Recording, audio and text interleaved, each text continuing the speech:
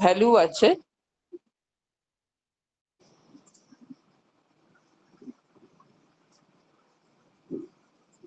এটা কার video on? ঠিক আছে, তা তোমরা ক্লাসটা মন দিয়ে করবে, রেগুলার ক্লাস করবে। আর আজকে যিনি বলবেন তার যদি কিছু তোমাদের জিজ্ঞাসা থাকে সেটা তার বলার শেষে তাকে জেনে নেবে। জিজ্ঞাসা মানে জেনে নেওয়া, তোমাদের যদি কোনো ইন্টারেস্ট থাকে বিষয়ের প্রতি বা বিষয়টা বুঝতে কোথাও অসুবিধা হয়, তোমরা অনায়াসে তাকে জিজ্ঞাসা করতে পারো। ঠিক আছে, তা আমরা আজকে শুরু করছি আমাদের যে 32 ঘন্টা ব্যাপী অ্যাড অন কোর্স গতকাল শুরু হয়েছে, আজকে তার দ্বিতীয় দিন। আজকে আমরা অনলাইনে ক্লাসটা করতে চলেছি। কলেজে আজকে বড় পরীক্ষা ছিল, সুতরাং আমরা অফলাইনে করতে পারিনি, যার জন্য আজকে আমাদের অনলাইনেই করতে হচ্ছে। আজকে আমাদের মধ্যে যিনি আছেন তিনি যে বিষয়টা বলবেন খুবই ইন্টারেস্টিং, ভীষণ ইন্টারেস্টিং একটা বিষয়, যেটা আমাদের অ্যাড অন কোর্সের যে বিষয় and approach to Indian cultural ethos and wellness of being, তা সেই বিষয়টার সঙ্গে ভীষণভাবে সংযুক্ত। তিনি তার নাম হলো ডক্টর দোলা সরকার। তিনি পলাশী কলেজের অধ্যাপিকা, কল্যাণী বিশ্ববিদ্যালয়ের অন্তর্গত পলাশী কলেজ মুর্শিদাবাদের। মুর্শিদাবাদ তো ওটা দোলা না, নদিয়াতেই পড়ে। নদিয়া নদিয়ারই একদম মুর্শিদাবাদ বর্ডারই। তা সেই কলেজের অধ্যাপিকা উনি, এডুকেশন ডিপার্টমেন্টে। হ্যাঁ, তা উনি যে বিষয়টা বলবেন খুব interesting, necessity of value education in 21st century. মানে তোমরা এখন যারা পড়াশোনা করছো এই সময়ে যে ভ্যালু এডুকেশনের কি গুরুত্ব, কি প্রয়োজনীয়তা, সেই বিষয়টা নিয়ে উনি আমাদের আলোকপাত করবেন। ভীষণ গুরুত্বপূর্ণ বক্তব্য, এটা মন দিয়ে তোমরা শোনো, তোমাদের ভালো লাগবে, কাজে লাগবে, এবং তোমাদের যা জিজ্ঞাসা তোমরা ওনার কাছ থেকে জেনে নেবে। তা তোমরা তো বিষয়টা কালকে তোমাদের একটা আউটলুক দিয়ে দেওয়াই হয়েছে, পরপর আমাদের এইভাবেই ক্লাসগুলো চলবে। আর তার সঙ্গে অ্যাসাইনমেন্টও আমরা দিয়ে দেব, আজকালের মধ্যে তোমরা পেয়ে যাবে সবটা। তা আমরা আর সময় নষ্ট করব না, 5:10 হয়ে গেছে, প্রত্যেকেই অনলাইনে ক্লাসে আছি, সুতরাং আমাদের একটু তাড়াতাড়ি করতে হবে। তা এই বলে আমি তো দোলাকে বলছি এবার তুমি শুরু করো। আমাদের মধ্যে আইকিউএসসি কোঅর্ডিনেটর আছেন, আমাদের কলেজেরও অন্যান্য অধ্যাপক অধ্যাপিকারা আছেন, তাদের প্রত্যেকেরই সম্মতি নিয়ে আমি দোলাকে বলছি যে দোলা এবার তুমি শুরু করতে পারো তোমার বক্তব্য। ছাত্রীরা তোমাদেরকে বারে বারে বলছি কেউ লেফট হয়ে যাবে না, পুরোটা থাকবে, লাস্টে আমরা অ্যাটেন্ডেন্স নেব, তোমাদের ফিডব্যাক নেওয়া হবে। ঠিক আছে, দোলা স্টার্ট করো।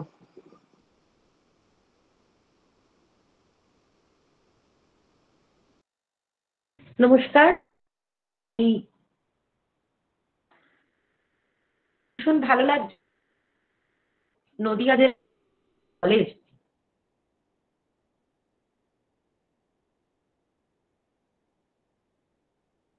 সেই একটু কেটে কেটে যাচ্ছে দোলা, ভয়েসটা একটু কেটে কেটে যাচ্ছে।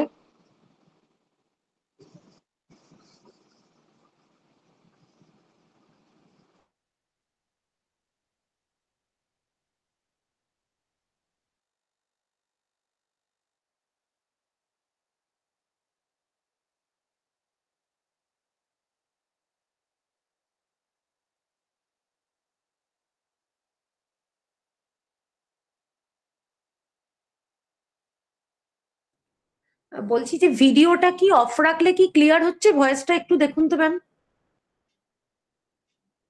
আমার কথা শোনা যাচ্ছে? হ্যাঁ, ক্লিয়ার হচ্ছে। তাহলে কি আমি ভিডিওটা অফ করবো? আপনারা যেটা বলেন, মানে আমি মনে হলো কেটে গেল ওই জন্যই। আপনারা যেটা বলবেন, যদি বলেন যে ভিডিও অন, আমি মাঝে মাঝে করি, তাহলে না হলে ওরাও ইন্টারেস্ট পাবে না। হ্যাঁ ঠিক, হ্যাঁ যদি মাঝে মাঝে অন করি, মাঝে মাঝে অফ রাখি।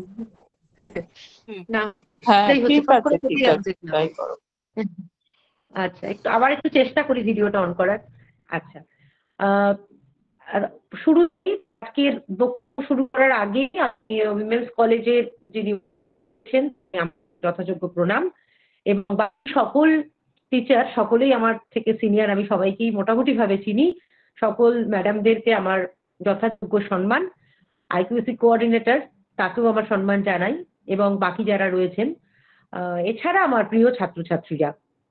আজ আমার ভীষণ ভালো লাগছে যে এরকম একটা প্ল্যাটফর্মে আমি তোমাদের সামনে বক্তব্য রাখতে পারছি, এবং নদিয়া জেলার একটি বড় কলেজ, এটা আমার পক্ষে খুব ভালো একটা গর্বের বিষয়।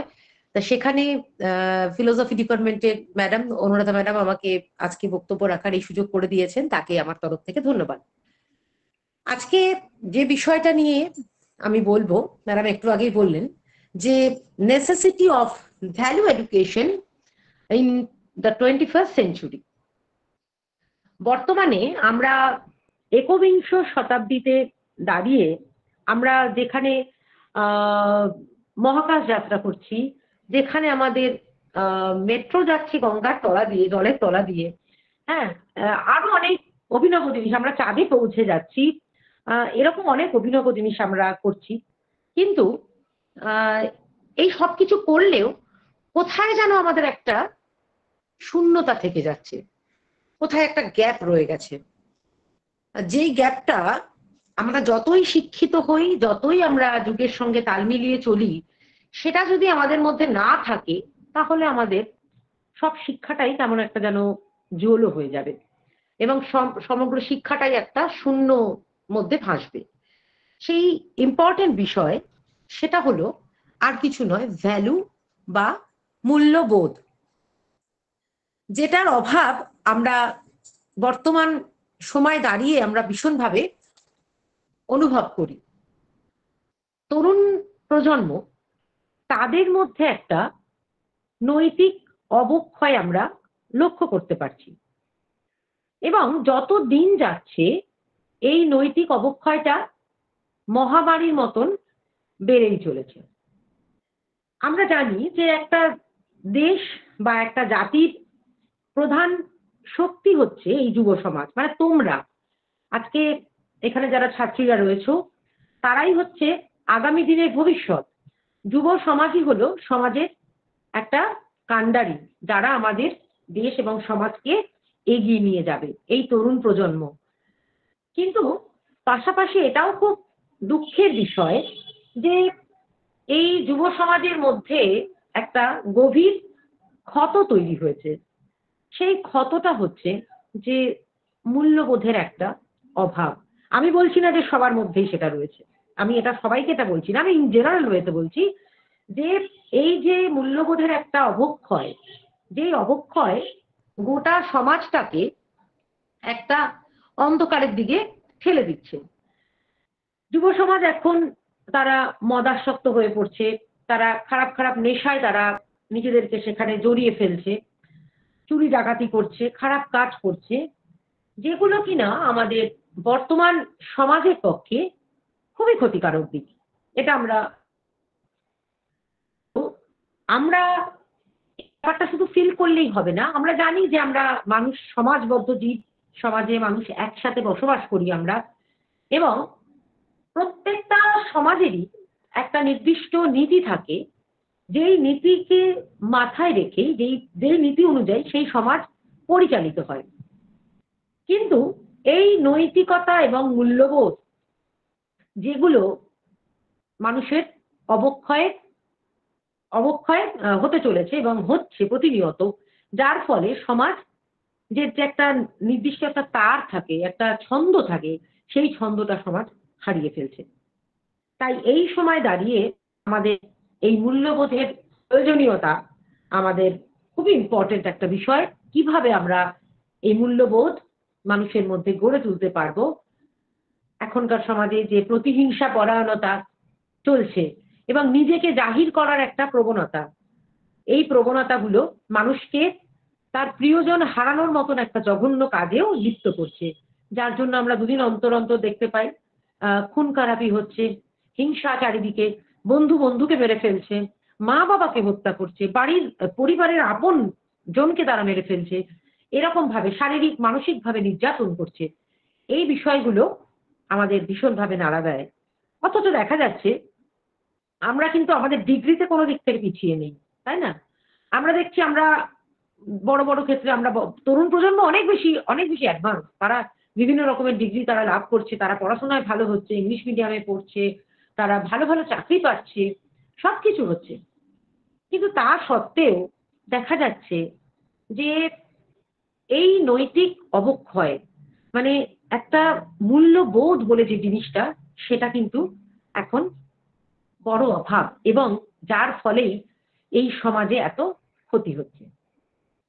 তাই আমাদের বর্তমানে আমরা যেহেতু শিক্ষক, আমরা চাইবো যে আগামী দিনের যে ভবিষ্যৎ, যে তরুণ প্রজন্ম রয়েছে, তারা যাতে এই নৈতিকতার অবক্ষয়টা কাটিয়ে উঠতে পারে।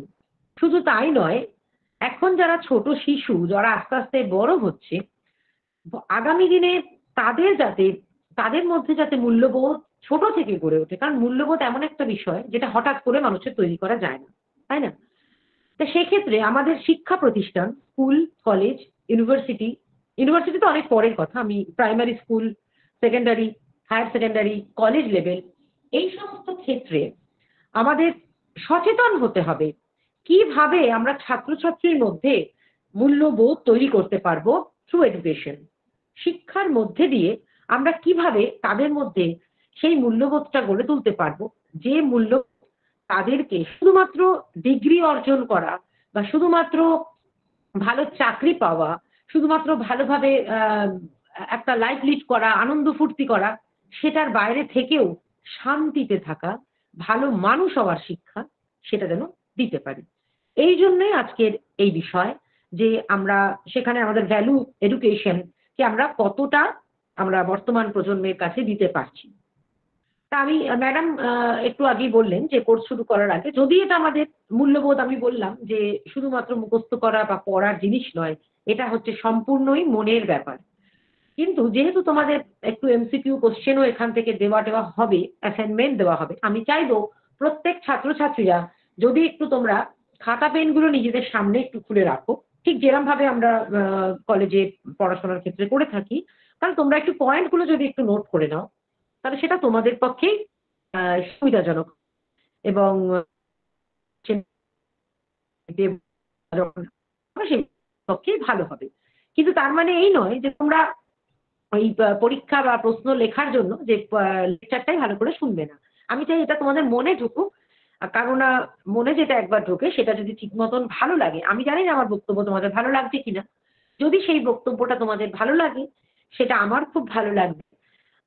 তোমাদের কাছাকাছি পৌঁছাতে পেরেছি, সেটা তোমার একটু ভাবতে গেল, তাহলে সেটা বেশি ভালো হবে। কিন্তু যারা কি কি আজকে বলেছেন যদি একটু নোট করে রাখি, তাহলে কোশ্চেন গুলো লিখতেও সুবিধা। তো যাই হোক, আশা করি তোমরা পেন খাতাটা সামনেই রাখবে। আজকে যে আলোচনা, সেই আলোচনার মধ্যে আমরা কতগুলো দিক আমি ভেবে রেখেছি, যেগুলো নিয়ে একটু তোমাদেরকে বলবো। তোমরা যদি পয়েন্ট করে করে, যেমন meaning and concept of value, মূল্যবোধের অর্থ এবং ধারণা। মিনিং আমি আস্তে আস্তেই বলছি, তোমরা একটু নোট করে নাও। Meaning and concept of value বা মূল্যবোধের অর্থ ও ধারণা, এটা ফার্স্ট বলবো। আমি যে পয়েন্টগুলো বলবো আগে একটু বলে নিই, তারপরে আমি আসছি। এরপরে হচ্ছে শিক্ষা ও মূল্যবোধের সম্পর্ক, relation between education and value, relation between education and value. আশা করি হয়েছে। এরপরে আমি বলবো যে meaning and concept of value education.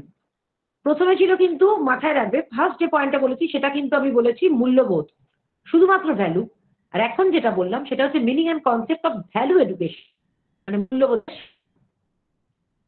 তারপরে আসবে necessity of value education in 21st century, necessity of value education in 21st century.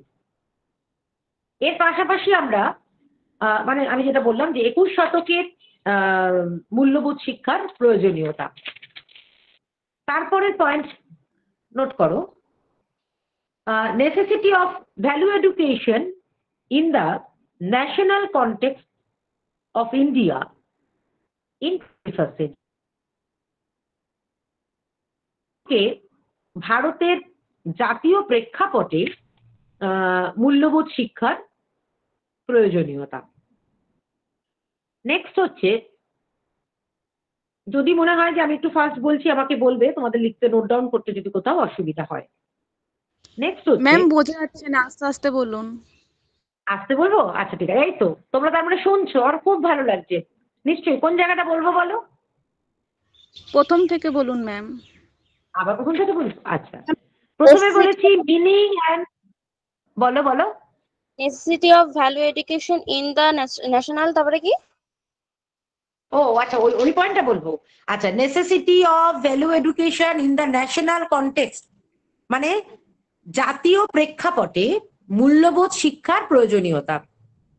জাতীয় 21 শতকে ভারতের জাতীয় প্রেক্ষাপটে মূল্যবোধ শিক্ষার প্রয়োজনীয়তা। হয়েছে? হ্যাঁ। নেক্সট হচ্ছে the role of family, school, comma দিয়ে দিয়ে, স্কুল and society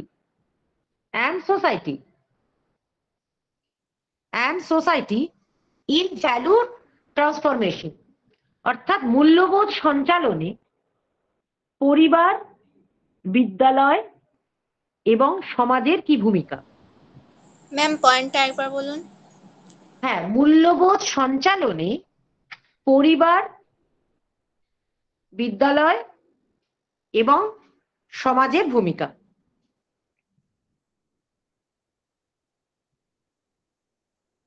হয়েছে?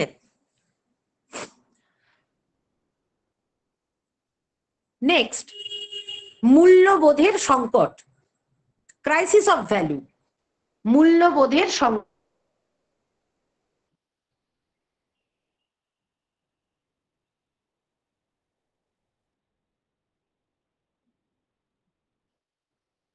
এখানে আমরা দুটো দিক আলোচনা করব, সাব পয়েন্ট থাকবে। একটা হচ্ছে মূল্যবোধের সংকটের কারণ এবং সেই সংকটটা আমরা কিভাবে নিরসন করব। আমি যখন পয়েন্টটা আলোচনা করব তখন এটা আবার বলে দেবো। শুধু এখন লিখে রাখো যে মূল্যবোধের সংকট বা crisis of value.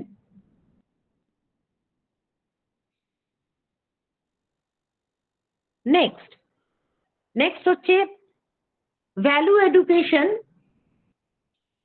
Through various programs of school, বিদ্যালয়ের বিভিন্ন কর্মসূচির মাধ্যমে মূল্যবোধ শিক্ষা। বিদ্যালয়ে বিভিন্ন কর্মসূচির মাধ্যমে মূল্যবোধ শিক্ষা।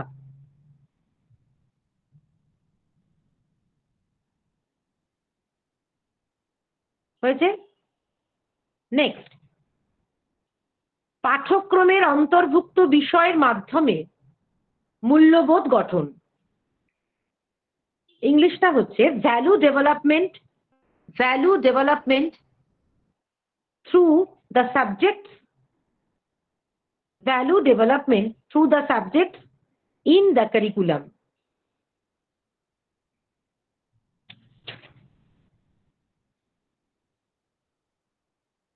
নেক্সট ম্যাম পাঠ্যক্রমে তারপরেরটা বলুন। পাঠ্যক্রমে অন্তর্ভুক্ত বিষয়ের মাধ্যমে মূল্যবোধ গঠন। পাঠ্যক্রমে অন্তর্ভুক্ত বিষয়ের মাধ্যমে মূল্যবোধ গঠন।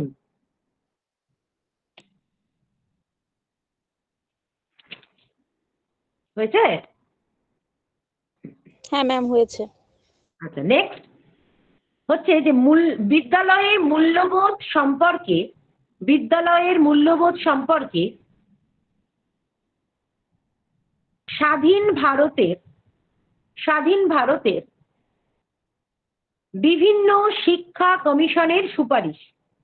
বিভিন্ন শিক্ষা কমিশনের সুপারিশ।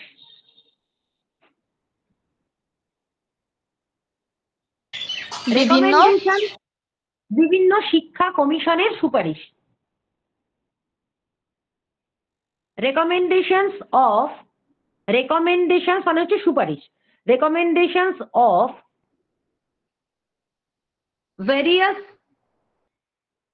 various education commissions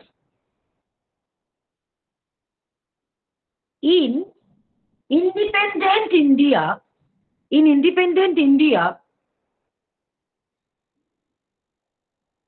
on value education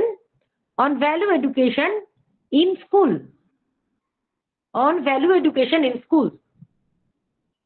ma'am ইংরেজিটা আরেকবার তোমার বলবেন? বলছি, যদি তোমাদের ইংরেজি লিখতে অসুবিধা হয় বাংলাটা আগে বলে দিয়েছি, যেটা সুবিধা হয় লেখো recommendations of various education commissions in independent India on value education in schools, on value education in schools.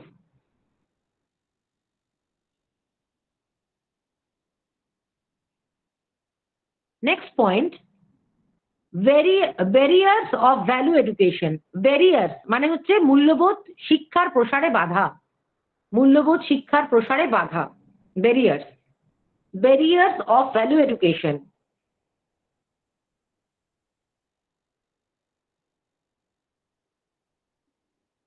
Last point, last of all, একদম শেষে যেটা, মূল্যবোধ শিক্ষার ক্ষেত্রে বাধা অপসারণের উপায়, ways to remove obstacles of value education, ways to remove obstacles of value education. ঠিক আছে, তোমরা দেখছো যে অনেকগুলো পয়েন্ট আমি এখানে বললাম, আমি নিজেও জানি না আমি এতগুলো কভার করতে পারবো কিনা, তবে আমি চেষ্টা করব। কারণ আমি যেটা ভাবলাম যে প্রতিটা আলোচনা মানে আমি যে বিষয়টা পড়াচ্ছি সেটা প্রতিটার সঙ্গে প্রতিটা রিলেটেড, আমি তাই রাখার চেষ্টা করেছি। আমি জানি না আমি এতগুলো কভার করতে পারবো কিনা, আমি চেষ্টাই করব পুরোটাই কভার করার, তোমরা যদি একটু ধৈর্য করে শোনো। ঠিক আছে, তাহলে একদম ফার্স্ট পয়েন্ট হচ্ছে মূল্যবোধের অর্থ ও ধারণা। আচ্ছা, তোমাদের কি কোনো মূল্যবোধ সম্পর্কে ধারণা তোমরা দিতে চাও, কিছু বলতে চাও? মূল্যবোধ কাদের থাকে বলো তো? মূল্যবোধ আমরা কাদের কাছ থেকে আশা করি? যারা খুব সিরিয়াস, ঠিক আছে, বলো বলো বলো। যারা খুব সিরিয়াসলি ভাবে কোনো জিনিস নেয়, না না, যারা খুব সিরিয়াস, মানে কোনো কাজ যারা সিরিয়াসলি ভাবে করে, যারা খুব সিরিয়াসলি ভাবে করি না, আমি বলছি যে আমরা এই জগতে আমরা কাদের কাছ থেকে মূল্যবোধ আশা করি। আমি বলতে চাইছি যে আমরা অ্যাজ এ হিউম্যান বিং, আমরা তো মানুষ, মানুষের মধ্যেই তো মনুষ্যত্ব থাকে, তাই না? আমরা কি কোনো কুকুর, ছাগল, বিড়াল এদের কাছ থেকে মূল্যবোধ আশা করব না। আমি বলছি যে মানুষ হচ্ছে সমস্ত ইতর প্রাণীর থেকে উন্নত, তাই না? যে কোনো মানুষের কাছ থেকে আমরা মূল্যবোধ আশা করব, তাই না? বিশেষত যারা ওয়েল এডুকেটেড বলে নিজেদেরকে দাবি করে তাদের মূল্যবোধ তো আরো হাই হওয়া উচিত, অনেক বেশি হওয়া উচিত। কিন্তু মানুষ মাত্রই মূল্যবোধ থাকা উচিত, এটাই আমাদের সাম্য হওয়া উচিত। কারণ এই যে বস্তুময় জগৎ, এই জগৎ শুধুমাত্র কতগুলো তথ্যের সমষ্টি নয়, এখানে একটা আত্ম উপলব্ধি আছে, এবং এই আত্ম উপলব্ধি কাদের থাকে জানো? শুধুমাত্র মানুষদের থাকে, সেলফ রিয়েলাইজেশন। এবং এই যে মানুষের যে আত্ম উপলব্ধি, এই আত্ম উপলব্ধির জন্যই মানুষ কিন্তু অন্যান্য প্রাণীর থেকে শ্রেষ্ঠ, তাই না? আমরা যদিও আমরা কোনো গৃহপালিত পশুকে দেখি যে তারা অনেক বেশি আমাদের অনেক কাছের হয়ে যায়, তারা অনেক বেশি ভালোবাসে তার প্রভুকে, সেটা আলাদা কথা। কিন্তু আমরা মানুষের কাছ থেকে যে ভালোবাসা, যে মূল্যবোধ আমরা আশা করি সেটা সব মানুষের থাকে না। তাহলে মানুষের কাছ থেকেই তো আমরা মূল্যবোধ আশা করবো, তাই না? অর্থাৎ ভ্যালু এমন একটা জিনিস যেটা জগতে বসবাস করতে গেলে আমাদের এই মূল্যবোধ আলোচনাটা খুবই গুরুত্বপূর্ণ। কারণ মূল্যবোধের চেতনাই হলো জ্ঞান, সত্য এবং শিক্ষা অর্জনের একটা সোপান, ঠিক আছে? অর্থাৎ মূল্য মূল্য শব্দটি আমরা যদি ব্যাখ্যা করি, ভ্যালু শব্দটি যদি আমরা ব্যাখ্যা করি, তাহলে ভ্যালু শব্দটি এসছে ল্যাটিন শব্দ ভেলোর থেকে, VELORE, VELORE, ভেলোর থেকে, যার অর্থ হলো মূল্য, গুণ, গুরুত্ব এবং ধারণা বা বস্তুর গুরুত্ব। ভ্যালু শব্দকে আমরা বাংলাতে বলি মূল্যবোধ, তাই না?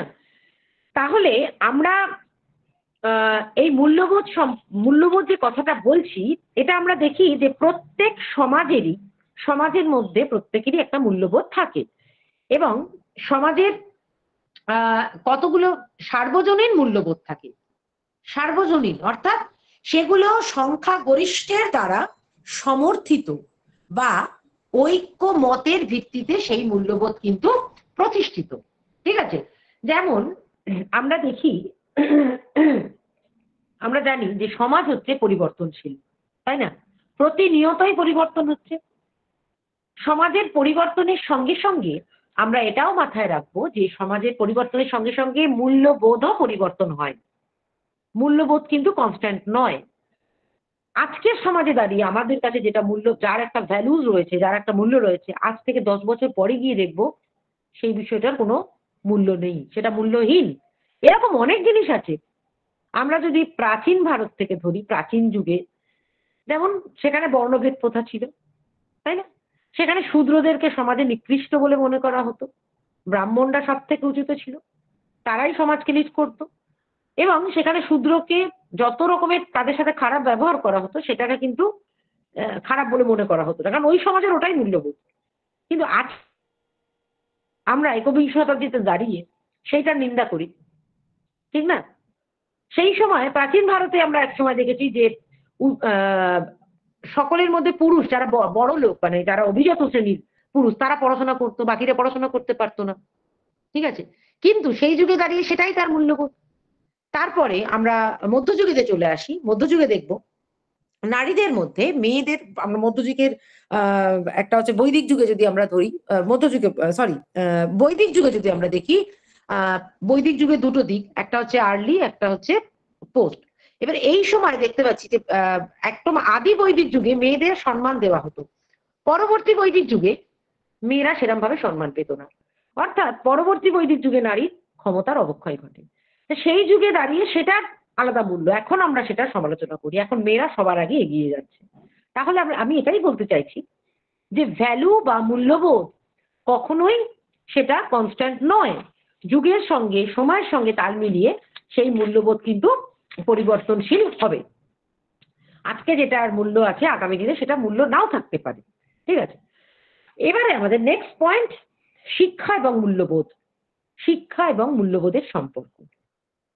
এত কথা কেন আসছি? কেননা শিক্ষার সঙ্গে মূল্যবোধের সম্পর্ক, আমরা যারা শিক্ষিত বলে নিজেদের দাবি করি তাদের মধ্যেই মূল্যবোধটা আমরা সব থেকে বেশি আশা করে থাকি, তাই না?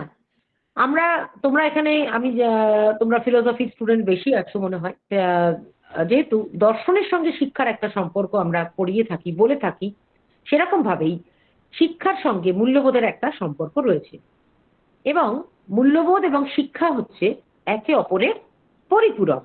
Education is a part of life and clarity of questions about values and education are inseparable from larger question of values in life. অর্থাৎ শিক্ষার মধ্যে দিয়েই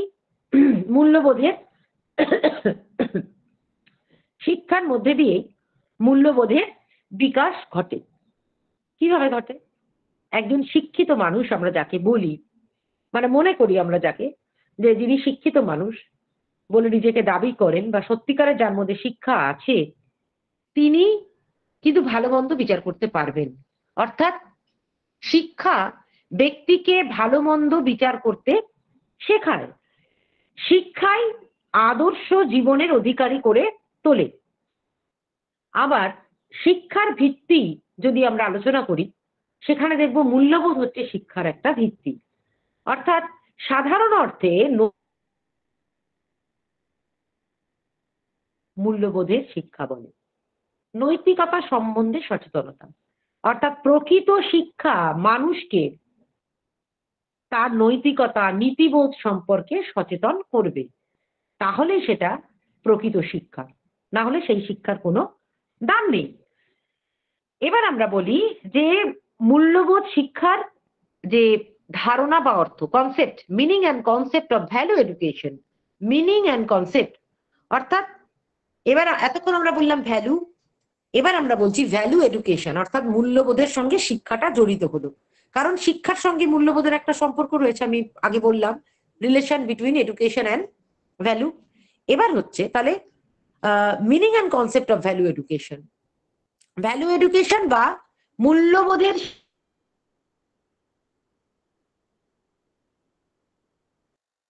শিক্ষা হচ্ছে যে প্রক্রিয়ায় একজন ব্যক্তির মূল্যবোধ অপর একজনের মধ্যে মূল্যবোধের যখন সঞ্চালন ঘটে, সেই প্রক্রিয়াকে বলা হয় মূল্যবোধের শিক্ষা। ধরো আমরা যারা যখন ধরো তোমাদের ক্লাসে টিচাররা পড়ান, হ্যাঁ, তখন কি হয়, শিক্ষক তিনি পড়িয়ে যান, পাশাপাশি ধরো তিনি মূল্যবোধের কথা তিনি বলছেন এটা করা উচিত না, ওটা করতে হয়, এটা ভালো, এটা মন্দ, অনেক কথা বললেন। হয়তো তিনি এটাও বললেন যে সময়ের কাজ সময় করতে হয়, টাইম ম্যানেজমেন্টটা খুব দরকার, টাইমে আসতে হবে, টাইমে যেতে হবে, শিশুদের সঙ্গে এইভাবে ব্যবহার করতে হবে, এরকম উনি বললেন, ছাত্র শিক্ষক সম্পর্ক এরকম হতে হবে, এরকম তিনি বললেন পড়ানোর সময়। কিন্তু দেখা যাচ্ছে যে সেই টিচার হয়তো তার যে সময় ক্লাস, তিনি তার থেকে 15 মিনিট পরে ঢুকছেন আর 10 মিনিট আগে বেরিয়ে যাচ্ছেন, অথচ তিনি ছাত্রছাত্রীকে বলছেন যে তোমরা টাইমে ঢুকবে, টাইমে বেরোবে, এগুলো বলছেন। তাহলে তিনি যেটা পড়াচ্ছেন, যেটা তিনি বলছেন, তিনি বোঝানোর চেষ্টা করছেন ছাত্রছাত্রীদেরকে, কিন্তু তিনি তার নিজের জীবন দিয়ে তার অপোজিট কাজটা করে থাকছেন। তাহলে ছাত্রছাত্রীরা কি শিখবে, যে ম্যাডাম তো দেরিতে আসেন, ঠিক আছে চল আজকে আমরা দেরিতেই ঢুকবো, ম্যাডাম তো নিজেই 10:15 পরে ঢুকেন, 10টার ক্লাস, আমরা 10:30 পরে ঢুকবো। তাহলে এখানে ম্যাডামকে দেখে তোমরা শিখলে, আমি বলতে চাইছি ঠিক এরকমই ঘটনা, মূল্যবোধটা এরকমই জিনিস যেটা তোমাকে দেখে অপরজন শিখবে। এবার তুমি ধরো খুব সুন্দর সবার সাথে এক একজনকে আমরা দেখি আমাদের জীবনে, ছোটবেলা থেকে আমরা অনেক টিচারদের দেখে বড় হয়েছি, যাদের কথা দেখবে তোমরা এখানে যারা আছো প্রত্যেকেরই জীবনে সেই টিচারের কথা মনে পড়ে। তিনি কি করতেন, কোনো ছাত্রছাত্রী যদি টিফিন না আনতো তাকে তিনি নিজের টিফিনটা এনে খাওয়াতেন, বা তাকে পাশে বসাতেন, তার সমস্যা শুনতেন, বা দেখা যেত যে ছাত্রছাত্রীদের সঙ্গে কি সুন্দর হেসে হেসে সবার সাথে কথা বলছেন, আবার বকা দিচ্ছেন, আবার তিনি ভালোবাসছেন।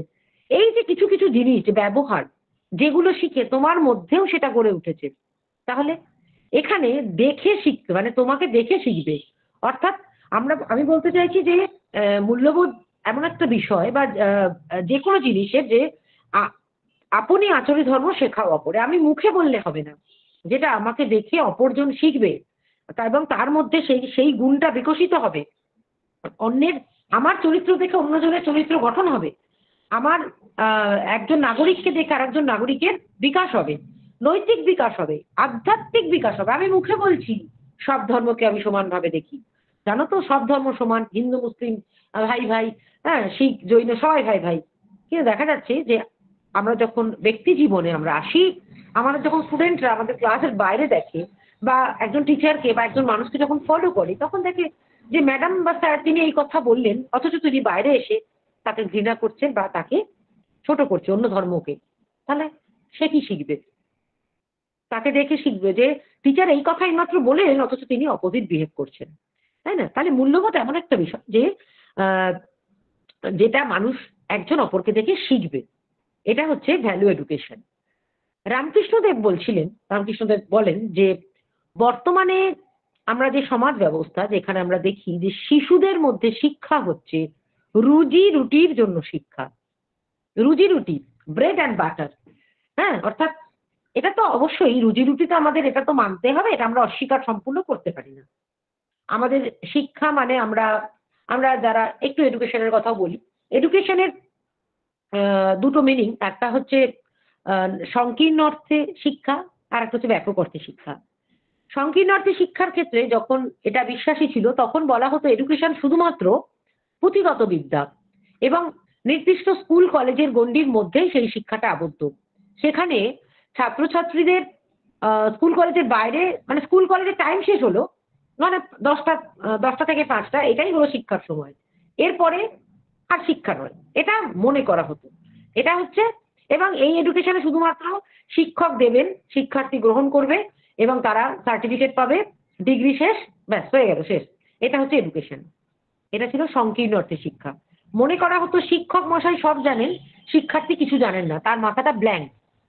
ঠিক আছে? অর্থাৎ পাইপের মধ্যে দিয়ে যেরকম ভাবে একটা ভর্তি নালী থেকে একটা খালি পাত্রের মধ্যে জল যায়, ঠিক সেরকম ভাবেই শিক্ষাটা শিক্ষকের মাথা থেকে সমস্ত বিষয় জ্ঞান শিক্ষার্থীর মাথায় গিয়ে পরিপূর্ণ হবে, তবে তার মাথাটা পরিপূর্ণ হবে। তো এগুলোকে বলা হতো সংকীর্ণ অর্থে শিক্ষা। পরবর্তী ক্ষেত্রে এই ধারণা পাল্টে যায়। অষ্টাদশ শতকে রুশোর সময় থেকে আধুনিক শিক্ষার একটা কনসেপ্ট তৈরি হয় এবং চাইল্ড সেন্ট্রিক এডুকেশন তৈরি হয়, যেখানে শিক্ষা বলতে শুধুমাত্র একটা টাইম মানে বাউন্ড নয়, জন্ম থেকে মৃত্যু পর্যন্ত প্রতিনিয়ত মানুষ যা শেখে সেটাই হলো শিক্ষা।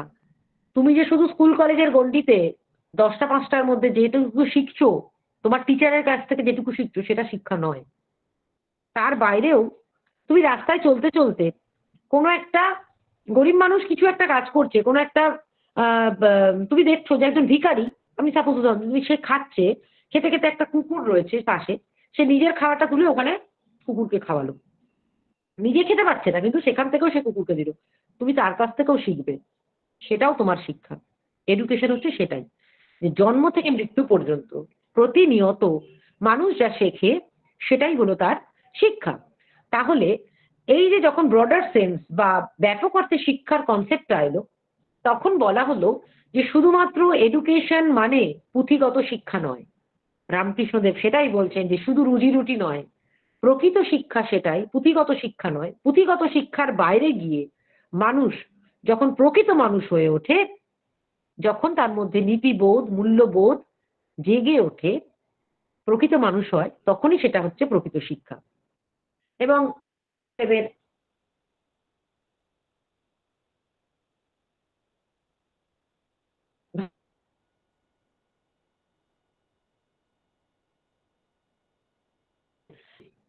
অর্থাৎ তিনি বলছেন, পবিত্রতা ছাড়া জ্ঞান ও ক্ষমতার আধিক্য মানুষকে শয়তান করে তোলে। শুধুমাত্র পুঁথিগত বিদ্যার মধ্যে দিয়েই হ্যাঁ আমি সমাজকে এগিয়ে নিয়ে যেতে পারবো তা নয়। যেমন ওয়েলথ উইদাউট ওয়ার্ক, অর্থাৎ কাজ ছাড়া সম্পদ, নলেজ উইদাউট ক্যারেক্টার, অর্থাৎ চরিত্রহীন জ্ঞান, কমার্স উইদাউট মরালিটি, অর্থাৎ নৈতিকতা ছাড়া বাণিজ্য, নীতি ছাড়া ব্যবসা বাণিজ্য। যে ব্যবসায়ীরা নীতি ছাড়া ব্যবসা করে, মানে অসাধু ব্যবসায়ী। তারপরে বলছে সায়েন্স উইদাউট হিউম্যানিটি, মানবতা ছাড়া বিজ্ঞান। বিজ্ঞান দিয়ে আমরা অনেক ক্ষতি করতে পারি, কিন্তু বিজ্ঞানের ভালো কুপ্রভাব এবং সুপ্রভাব, মানে ভালোর কাজে যদি আমরা বিজ্ঞানটা কাজে না লাগাই। বলছে যে পলিটিক্স উইদাউট প্রিন্সিপাল, এইগুলো প্রত্যেকটা জিনিস অর্থাৎ একটার সাথে একটা জড়িত। ইজ সিন মানে পাপ, পাপ, এটা বলছেন গান্ধীজি বলছেন। অর্থাৎ প্রত্যেকটা জিনিসের সঙ্গে প্রত্যেকটা জিনিস জড়িত। ঠিক আছে? সেরকম ভাবেই শিক্ষার সঙ্গে মূল্যবোধ ওতপ্রোতভাবে জড়িত। শিক্ষার যদি মূল্যবোধ ছাড়া হয়, মূল্যবোধহীন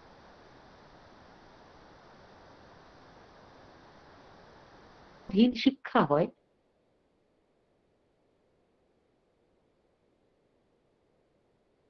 মূল্যবোধ যেখানে থাকবে সেই শিক্ষাই হচ্ছে প্রকৃত শিক্ষা।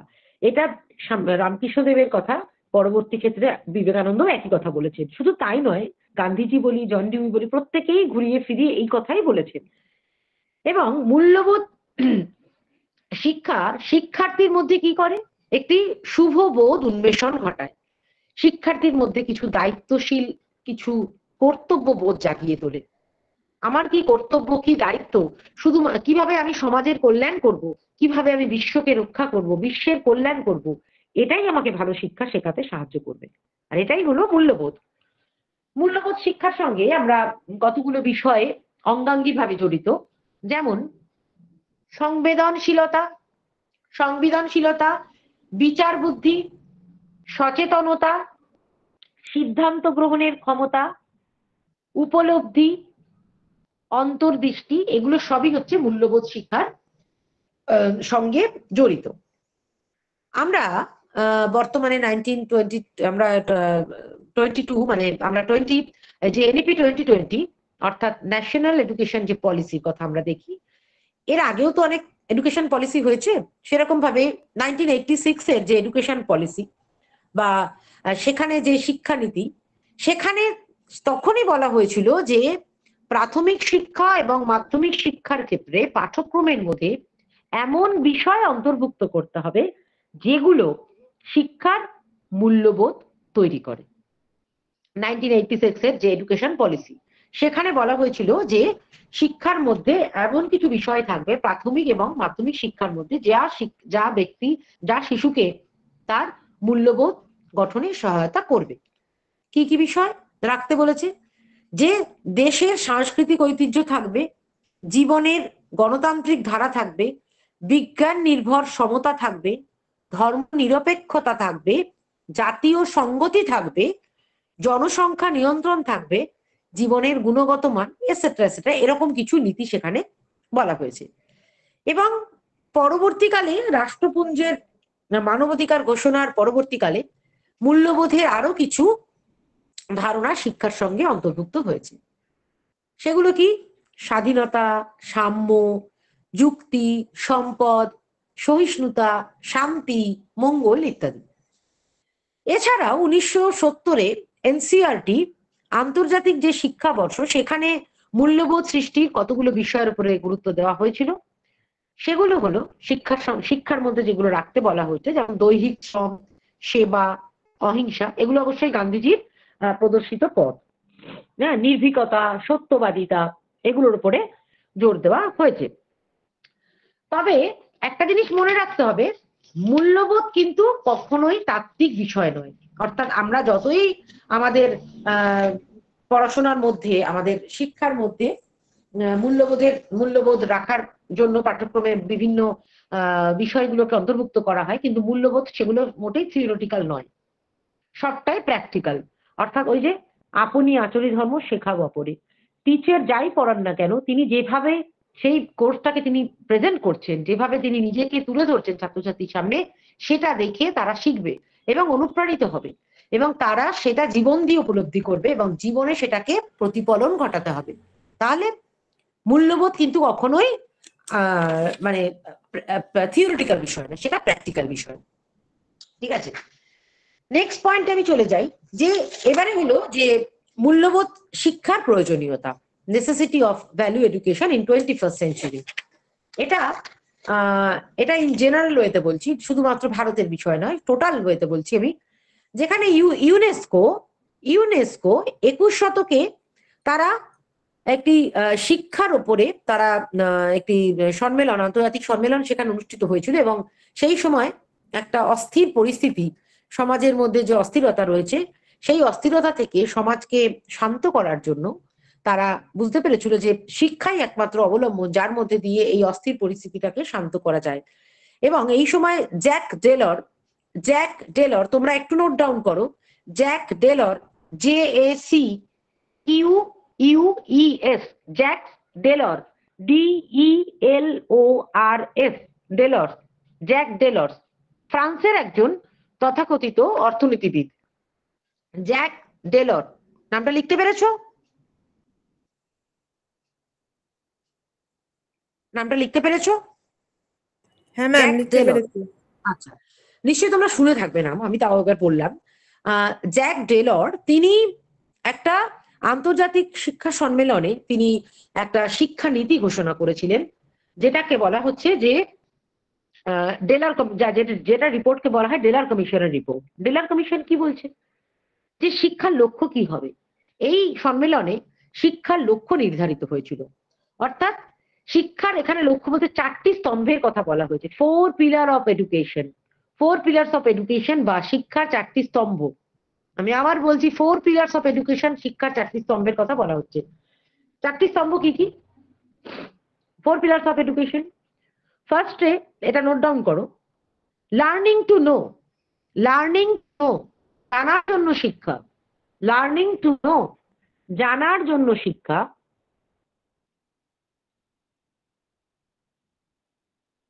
দ্বিতীয়ত learning to do, learning to do, করতে শেখার জন্য শিক্ষা বা কর্মের জন্য শিক্ষা, learning to do.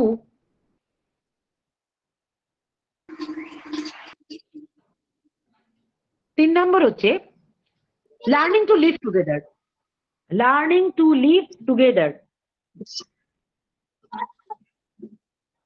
Learning to live together, অর্থাৎ সকলে মিলে বাঁচার শিক্ষা বা একত্রে বসবাস করার শিক্ষা, একত্রে বসবাস করার শিক্ষা। এবং শেষ হচ্ছে learning to be, learning to be মানে কিছু হয়ে উঠবার শিক্ষা, হয়ে ওঠার শিক্ষা। 4টি পার্ট। তাহলে 4 পিলার্স অফ এডুকেশন বলতে আমরা এই 4টে পার্টকে বোঝাই। এবার আমি একে একে আসি।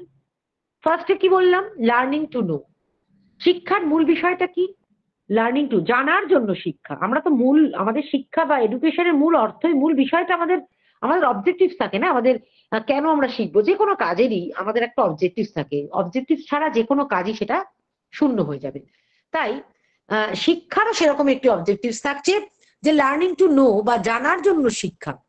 অর্থাৎ আমরা শিক্ষার প্রধান প্রধান শর্ত হচ্ছে মানুষ হচ্ছে বুদ্ধিদীপ্ত প্রাণী এবং বুদ্ধি তার পরম সম্পদ, এবং যার জন্য সে অন্য সকল প্রাণীর থেকে আলাদা, এটা আমরা প্রথমেও বলেছি।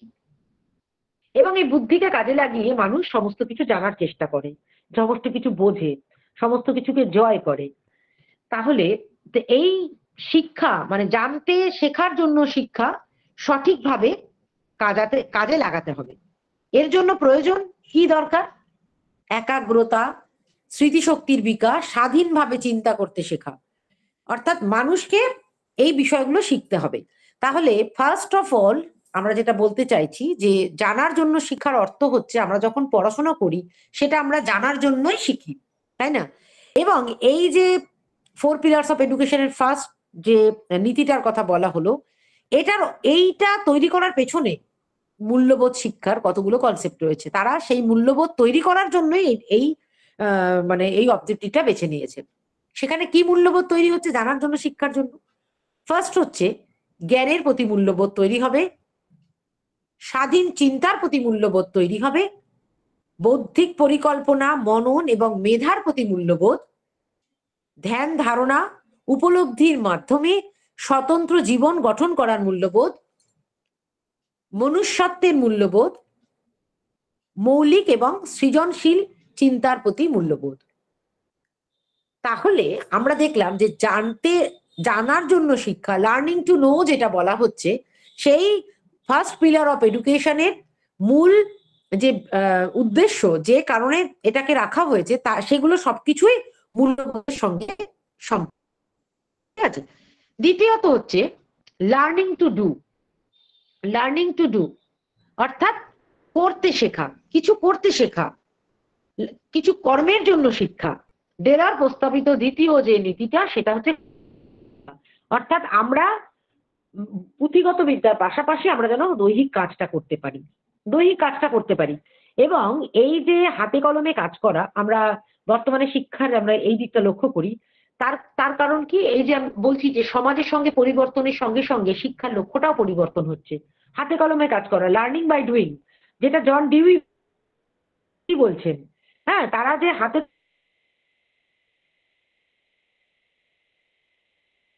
কলমে কাজ করা, অর্থাৎ তোমরা ফার্স্ট সেমিস্টার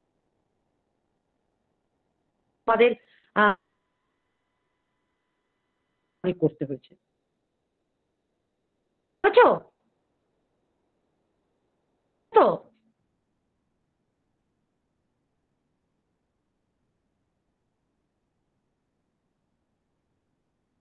কথাও বলি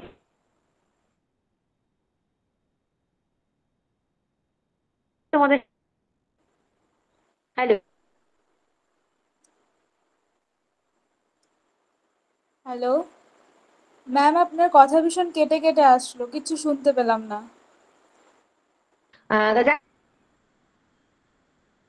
এখন বাধ্য। ম্যাম কথা কেটে যাচ্ছে।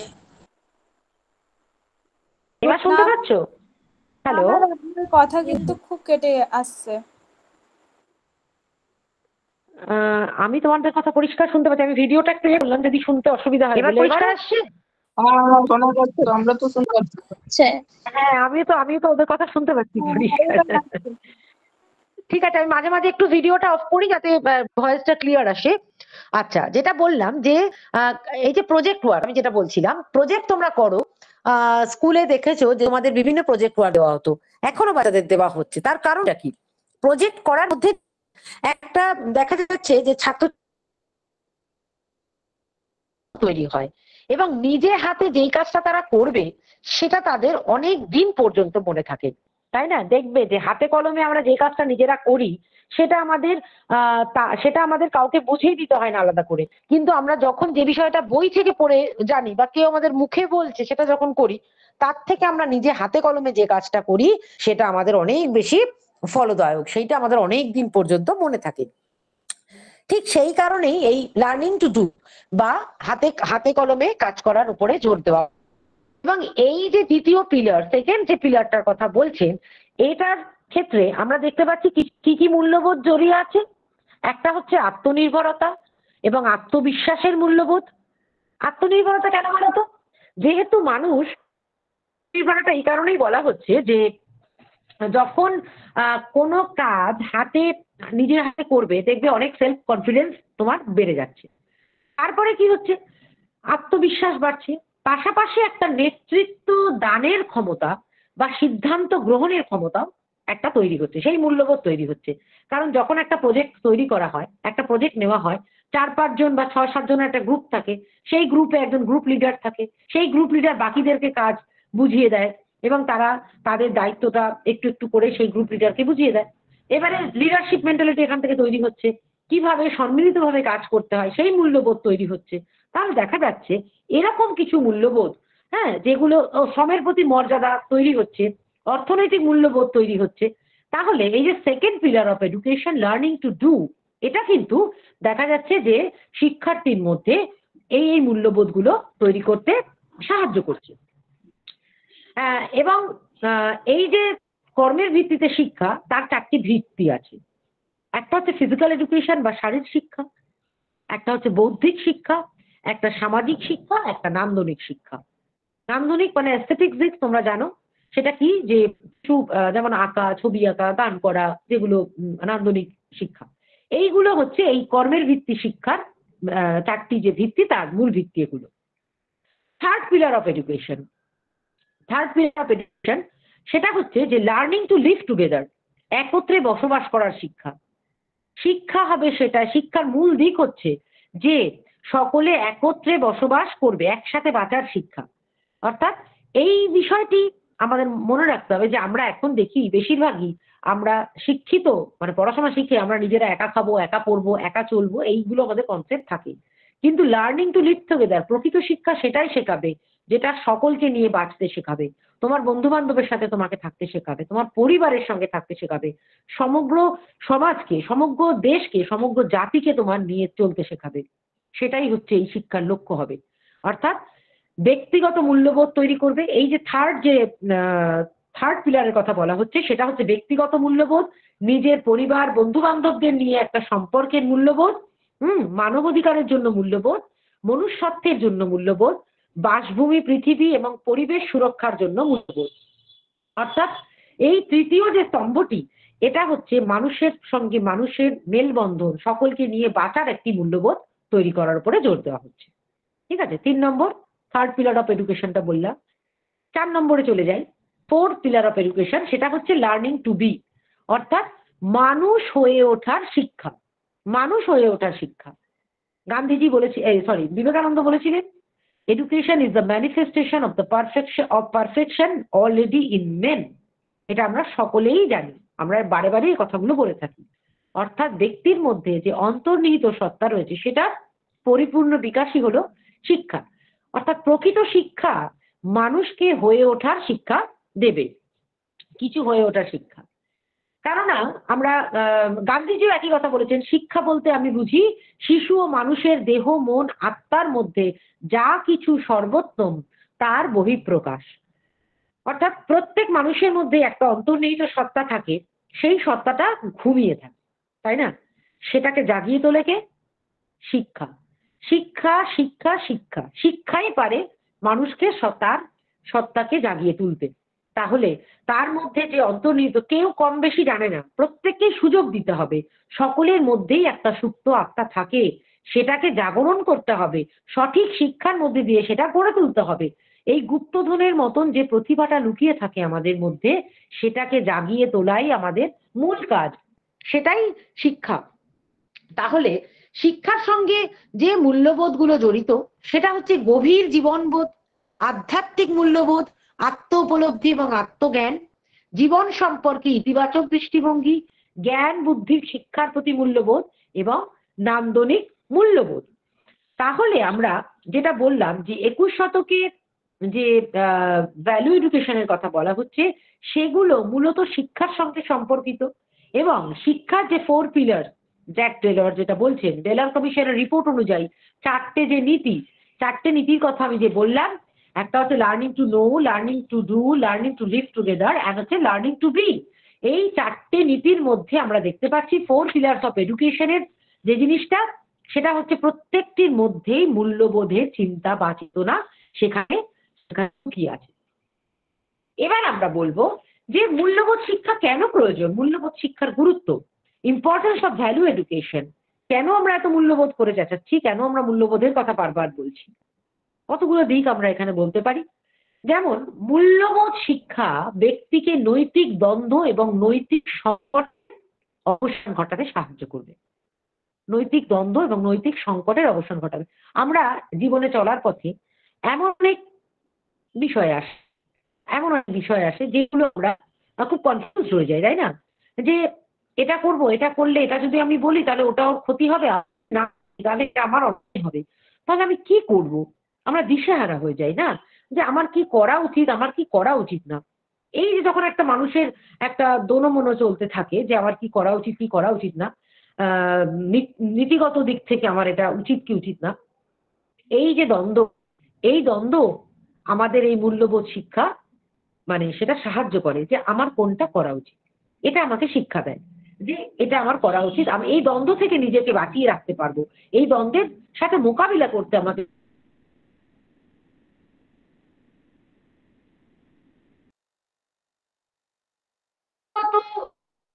সিদ্ধান্ত গ্রহণ করি, সেই সিদ্ধান্ত গ্রহণের ক্ষেত্রে ব্যক্তিগত যে একটা ক্ষমতা, তার বিকাশ ঘটায় মূল্যবোধ শিক্ষা। ব্যক্তিগত জীবনেও সমস্যা, কোন রকমের নীতিগত সমস্যা বা যে কোনো রকমের সমস্যা এলো, সেই ক্ষেত্রে আমাকে মূল্যবোধ শিক্ষা, আমার ভ্যালু আমাকে কি, আমার শিক্ষা আমাকে কি দিচ্ছে, আমাকে সেখানে একটা ডিসিশন নিতে সাহায্য করে, সেই ক্ষেত্রে এটা সাহায্য করে। নেক্সট হচ্ছে সামাজিক অবক্ষয় দূর করতে মূল্যবোধ শিক্ষা হচ্ছে অপরিহার্য।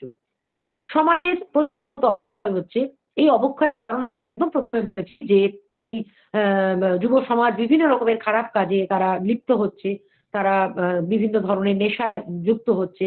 সেই যে সামাজিক অবক্ষয়, সেই অবক্ষয় থেকে মানুষকে রোধ করে, মানুষকে সামলে উঠতে সাহায্য করে মূল্যবোধ শিক্ষা। এরপরে কি হচ্ছে, সমস্যা সমাধান করে, অহংসত্তার সঙ্গে তার সমস্যা সমাধান করতে সাহায্য করে। এছাড়া বস্তুগত সুখ উন্নতির মধ্যে সামঞ্জস্য বিধান করতে সাহায্য করে। জানেন, এগুলো শুনতে আমার খুব ভালো লাগে যে এই যে ভাবগত দিক একটা এবং বস্তুগত দিক, অর্থাৎ আমরা ভাবছি একরকম, আমাদের চিন্তাধারা একরকম যে আমি এটা আমরা ভাবার সময় অনেক কিছু ভাবতে থাকি, কিন্তু যখন দেখা যায় যে আমাদের সামনে কোনো একটা সুযোগ এসছে, মানে একটা ধরো তুমি করে তোমার নীতি তোমার সেখানে কথা বলে, অর্থাৎ তুমি দেখছো তোমার সামনে একটা অসৎ উপায়ে তুমি যদি সেখানে যাও, এই টাকা তুমি পাবে, কারণ এই টাকাটা তুমি তোমার শখের জিনিসটা কিনতে পারবে। ধরো তোমার একটা গাড়ি কেনার শখ, তোমার একটা ভালো জুয়েলারি কেনার শখ, ভালো একটা ড্রেস কেনার শখ, তুমি যদি এই কাজটা করো, একটা ধরো কোনো একটা অনৈতিক কাজ, তাহলে তুমি সেই কাজটা সেই টাকাটা তুমি পাবে এবং তুমি সেই কাজটা করতে পারবে। বস্তুগত সুখ, তুমি একটা গাড়ি কিনতে পারবে, একটা বাড়ি কিনতে পারবে, একটা ফ্ল্যাট হবে, বা তোমরা এখন ইয়ং জেনারেশন ড্রেস কিনবে, বন্ধু বান্ধবের সাথে পার্টি করবে, তোমাদের তোমাদের দায়িত্ব। কিন্তু তোমার যে পড়াশোনা জানো, তুমি তোমার মধ্যে একটা শিক্ষা আছে, তোমার মন বলছে যে এটা তো করা উচিত, তোমার ভাব জগৎ, অর্থাৎ তোমার তোমার চিন্তা ভাবনাটা অন্য জায়গায়, কিন্তু তোমার এটা করতে পারবো। অর্থাৎ একটা এই সুখ অর্জনের যে অসৎ উপায়, হ্যাঁ, এই টাকাটা পেলে আমি এই কাজটা করব, যদি আমি টাকাটা না পাই আমার তো এটা হবে না, হ্যাঁ, আমি তো পিছিয়ে থাকবো। তা এই যে একটা দ্বন্দ্ব তৈরি হয় মানুষের মধ্যে, বস্তুগত দিক এবং ভাবগত উন্নতির মধ্যে একটা দ্বন্দ্ব তৈরি হয়, এই দ্বন্দ্বর অবসান ঘটায় মূল্যবোধ শিক্ষা।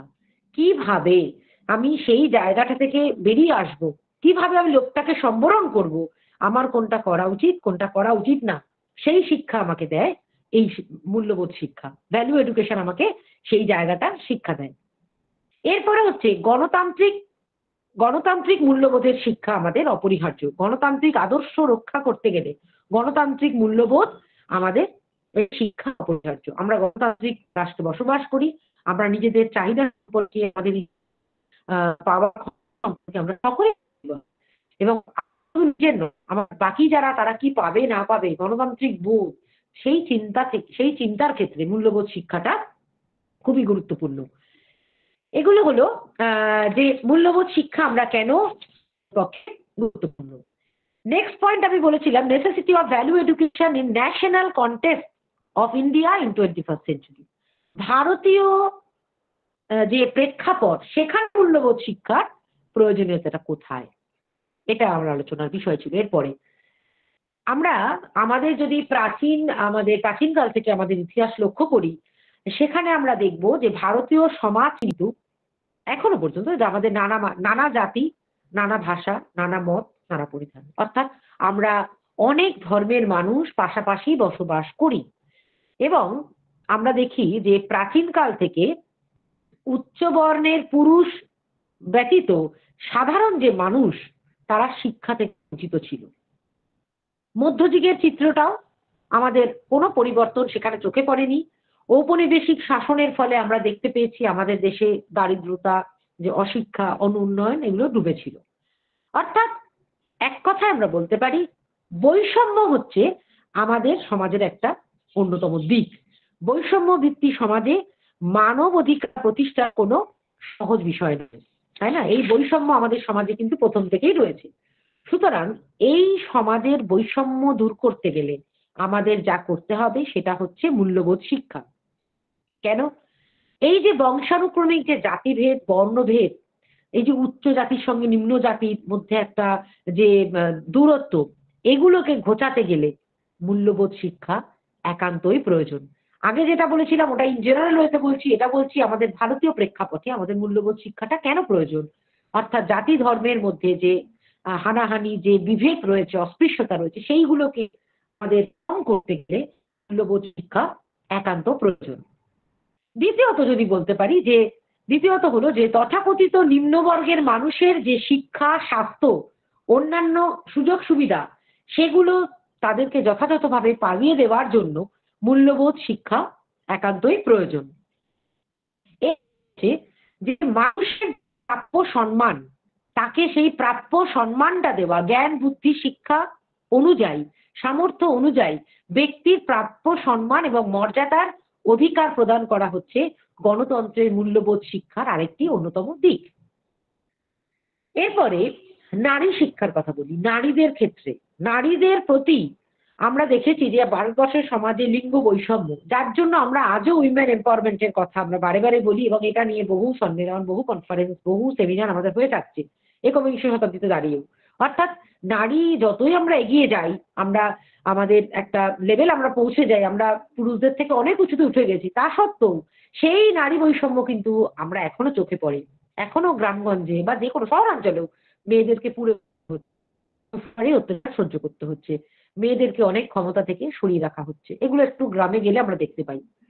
তাহলে সেই ক্ষেত্রেও অর্থাৎ মেয়েদের অধিকার, কন্যা ভ্রূণ এখনো হচ্ছে, তাই না? এত আমাদের লজ্জার বিষয় এগুলো। এই লজ্জা ঢাকতে আমাদের মূল্যবোধ এখানেই শিখতে হবে যে মায়ের জাত, মাকে আমাদের সম্মান জানাতে হবে। সেই শিক্ষাটা আমাদের শেখার প্রয়োজন আছে। সেই ক্ষেত্রে মূল্যবোধ শিক্ষা আমাদের সাহায্য করে থাকে। নারী জাতির প্রতি একটা ইতিবাচক মনোভাব তৈরি করার জন্য মূল্যবোধ শিক্ষার বিকাশ অবশ্যই প্রয়োজন। এরপরে হচ্ছে আধ্যাত্মিক মূল্যবোধের ক্ষেত্রে আমরা বলি যে আধ্যাত্মিক মূল্যবোধের বিকাশ ঘটাতে হবে। তার কারণ কি? এই যে ধর্ম বৈষম্য, এই যে বর্ণ বৈষম্য, সাম্প্রদায়িকতা, এগুলো যা অসুখের মতন পরিণত হয়েছে, এই অসুখগুলোকে আমাদের দূর করতে হবে, যেগুলো যার ফলে আমাদের আধ্যাত্মিক মূল্যবোধের বিকাশ ঘটাতে হবে। ঠিক আছে? আধ্যাত্মিক মূল্যবোধ, অপর ধর্মকে আমাদের শ্রদ্ধা জানাতে হবে। অপর ধর্মের প্রতি আমরা নিজের ধর্মেরকেই শুধু শ্রদ্ধা জানালে হবে না, সকল ধর্মকেই আমার পাশাপাশি নিয়ে চলতে হবে। প্রত্যেকের ধর্মই সেখানে আমাদের শ্রদ্ধার বিষয়, এটা আমাদের মাথায় রাখতে হবে। এরপরে হচ্ছে সাংস্কৃতিক মূল্যবোধ। সাংস্কৃতিক, কারণ আমি বললাম যে ভারতবর্ষ হচ্ছে নানা ভাষা, নানা মত, নানা পরিধান, বিভিন্ন বর্ণের বিভিন্ন ধর্মের মানুষ এখানে থাকে। তাহলে এবং তাদের ভাষা, সংস্কৃতি সমস্তটাই আলাদা। প্রত্যেক সংস্কৃতিকে, প্রত্যেকের ভাবনাকে, প্রত্যেকের ভাষাকে আমাদের শ্রদ্ধা জানাতে হবে। প্রত্যেকের ভাষা সংস্কৃতির প্রতি আমাদের শ্রদ্ধাশীল হতে হবে।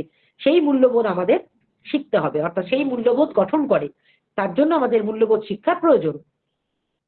এরপরে হচ্ছে কি? স্বাধীনতা, ন্যায়পরায়ণতা, এগুলোর প্রতি আমাদের মূল্যবোধ দরকার, যেগুলো আমাদের শুধুমাত্র নিজের দেশকে বা নিজের গ্রাম, নিজের শহরকে ভালোবাসলে চলবে না।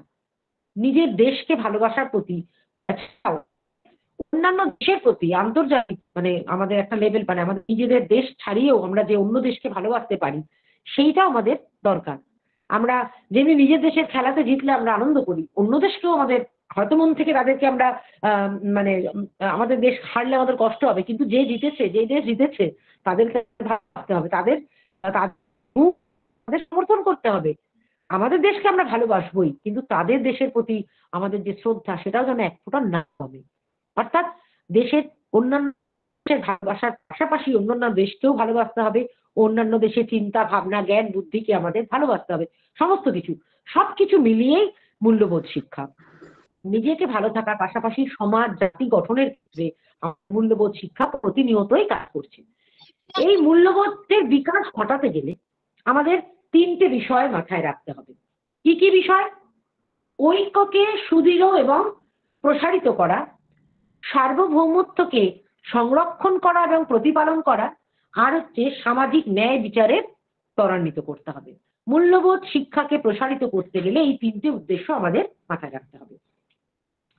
আচ্ছা, আমি অনেক বেশি প্রজেক্ট নিয়ে ফেলেছি, অনেক বেশি, আমাকে টাইমে শেষ করতে হবে, কিন্তু আমি বলতে চাইছি সব কটা জায়গায়। নেক্সট পয়েন্ট আমি যেটা বলেছিলাম যে role of family, school and society in value education বা ভ্যালু ট্রান্সফরমেশন, অর্থাৎ মূল্যবোধের সঞ্চালনের ক্ষেত্রে আমাদের বিদ্যালয়ের কি ভূমিকা, পরিবারের কি ভূমিকা, সমাজের কি ভূমিকা, সেটা নিয়ে আমি এবার বলবো। একজন শিশু যখন বেড়ে ওঠে তখন তার শুরুটা কোথায় হয়? পরিবারে, তাই না? পরিবারের দেখো, একটা তোমাদের এই ক্লাসটা আমার ভালো হতো যদি একটু অফলাইনে আমরা থাকতে পারতাম, কারণ সবার মুখটা দেখতে এবং সবাইকে একটু প্রশ্ন করে করে পড়ানো আমাদের আমাদের এডুকেশন এটা শেখানো হয় যে আমরা যেন লেকচার মেথড কখনো না ইউজ করি। কিন্তু এই অনলাইনে একটা সমস্যা হচ্ছে যে বেশি প্রশ্ন করলে সময়ও চলে যায় আর উত্তর ওপাশ থেকে আস্তে আস্তে মানে মানে বলার ইয়েটাও চলে যায়। তাই আমি এখানে কিছু প্রশ্নও করতে পারছি না যে একটু প্রশ্ন করে করে পড়াবো। দ্যাট ওয়ান ওয়ে আমি সেই প্রাচীন যুগের শিক্ষাতেই চলে গেলাম যে শুধুমাত্র লেকচার মেথড, আমি ওয়ান ওয়ে, আমি কোশ্চেন আনসারে মানে কোশ্চেন আনসার মেথডটা ফলো করতে পারছি না, দ্যাট বিকজ তোমাদের আমি মুখ দেখতে পাচ্ছি এখানে হচ্ছে। তো যাই হোক, আমি আশা রাখছি তোমরা হয়তো শুনছো বা নোট ডাউনও করছো। হ্যাঁ, যেটা বলছিলাম যে একজন শিশু যখন বেড়ে ওঠে, তার বেড়ে ওঠার ক্ষেত্রে প্রথমে তার ভূমিকা থাকে কার? পরিবারে। সে পরিবারের মধ্যে থেকে বড় হয়। তাহলে মূল্যবোধ শিক্ষার ক্ষেত্রে প্রথম ভূমিকা থাকে পরিবারের। কিভাবে তার মধ্যে মূল্যবোধ তৈরি করে? প্রথম হচ্ছে যে মানবীয় সম্পর্কের আবেগগত মূল্যবোধ, মানবীয় সম্পর্কের আবেগগত মূল্যবোধ, নৈতিক মূল্যবোধ, ধর্মীয় এবং আধ্যাত্মিক মূল্যবোধ, অর্থনৈতিক মূল্যবোধ, মর্যাদার মূল্যবোধ, সামাজিক মূল্যবোধ, সাংস্কৃতিক মূল্যবোধ, এগুলো সব সে কোথা থেকে শেখে? পরিবার থেকে শেখে, তাই না? অর্থাৎ দেখো, একটা শিশু যখন পরিবারের মধ্যে বড় হচ্ছে, সে কাকে পায়? তার মা, বাবা, ভাই, বোন, দিদি, দাদা, তার ঠাকুরমা, ঠাকুরদা সকলেই থাকে। এবং প্রত্যেকের কাছ থেকেই সে ভালোবাসা পায়, ভালোবাসা দেয়, এবং সে দেখে দেখে বড় হয় যে কিভাবে প্রত্যেক মানুষের সাথে মানুষের সম্পর্ক গড়ে উঠছে, কিভাবে ভাই বোনদের মধ্যে একটা সম্পর্ক থাকে, মা বাবার মধ্যে সম্পর্ক থাকে, প্রত্যেক মানুষের সঙ্গে যে একটা সম্পর্ক, আবেগগত দিক, সেটা তারা অনুভব করে। এবং এবং একজন মানুষ অন্য মানুষের জন্য কিভাবে ত্যাগ করতে পারে, কিভাবে নিজেকে সমর্পণ করতে পারে, ত্যাগের যে মূল্যবোধ, সেই মূল্যবোধটা সে পরিবার থেকে শিখে ওঠে। অর্থাৎ কিভাবে একজন ভাই, কোনো ভাই বিপদে পড়েছে, বা যখন বাচ্চা বিপদে পড়ে, কোনো সন্তান যখন বিপদে পড়ছে, মা বাবা কিভাবে এগিয়ে যাচ্ছে, বা একজন একটা বোন তার ভাইয়ের জন্য কিভাবে সে কাজ করছে, এইগুলো সে পরিবারের মধ্যে থেকে সে শিখতে থাকে। এবং সেগুলো শেখার প্রতি সে শিখতে শিখতে তার মধ্যে একটা উপলব্ধি হয় এবং সেবা, ত্যাগ কি করতে হয় সেটা সে শিখতে থাকে। নৈতিক মূল্যবোধ গড়ে ওঠে। ভালো মন্দ ন্যায় বিচার করার ক্ষমতা সে পরিবারের থেকে, গুরুজনদের থেকে, হ্যাঁ, তার ভাই থেকে হোক, তার মা বাবার থেকে হোক, দাদু ঠাম্মার থেকে হোক, তার মধ্যে নৈতিকতাও গড়ে ওঠে, নৈতিক মূল্যবোধ গড়ে ওঠে। পাশাপাশি ধর্মীয় এবং আধ্যাত্মিক মূল্যবোধও তার মধ্যে গড়ে ওঠে। ধর্মীয় মূল্যবোধ অর্থাৎ প্রত্যেক পরিবারের একটা ধর্মের প্রতি তারা বিশ্বাস থাকে, আধ্যাত্মিক চিন্তা চেতনা থাকে। সেই শিশু সে যেভাবে তার লোকেদের থেকে তার ধর্ম ভালোবাসতে শিখছে, সেই পরিবারে কিভাবে অন্য পরিবারকে বা অন্য ধর্মকে সেখানে তাকে শ্রদ্ধা করতে হবে। মর্যাদার মূল্যবোধ অর্থাৎ প্রত্যেককে নিজের পরিবারের প্রত্যেক ব্যক্তির যেমনি আলাদা আলাদা মর্যাদা আছে, সেরকম ভাবেই সমাজের প্রত্যেক ব্যক্তিরই আলাদা আলাদা মর্যাদা আছে, এটা সে বুঝতে শেখে। সামাজিক মূল্যবোধ তার মধ্যে গড়ে ওঠে। সাংস্কৃতিক মূল্যবোধ অর্থাৎ এক ধর্ম থেকে এক প্রজন্ম কিভাবে সাংস্কৃতিক মূল্যবোধ গড়ে ওঠে, সেটাও তার মধ্যে শিখে নেয়। তবে এই মূল্যবোধ শেখার ক্ষেত্রে আমরা দেখেছি একটা সময় যে পরিবার ছিল যে একসাথে জয়েন্ট ফ্যামিলি, যেটাকে আমরা বলি যৌথ পরিবার, সেখানে মা বাবা ভাই বোন ছাড়া যারা আগেকার দিনে যেটা হতো, আমার সেই পরিবার অর্থাৎ আমার বাড়িতে আমার বাবার 7 ভাই এবং 3 বোন, আমার অনেক বড় পরিবার। ঠিক আছে, আমরা ছোটবেলা থেকেই একসাথে বড় হয়েছি যৌথ ফ্যামিলিতে, যদিও আমি একমাত্র সন্তান, এবং আমার কাকা জ্যাঠা সবারই একটা করে সন্তান। কিন্তু পারি এবং আমি এটা নিজেকে দিয়ে ফিল করি যে এখনকার যে সমস্ত পরিবার, যে মা বাবা সন্তান 3 জনের যে ফ্যামিলিগুলো, সেখানে বাচ্চাদের যে মানসিকতা, তাদের থেকে আমাদের মানসিকতা অনেক অনেক আলাদা। এটা কোনো বাচ্চাদের দোষ নয়, এটা বাচ্চাদের দোষ নয়, সন্তানদের দোষ নয়। এটা হচ্ছে যে আমরা যে পরিবারের মধ্যে বড় হয়েছি, সেখানে সকলকে নিয়ে বড় হয়েছি এবং তাদের থেকে আমরা দেখে শিখেছি।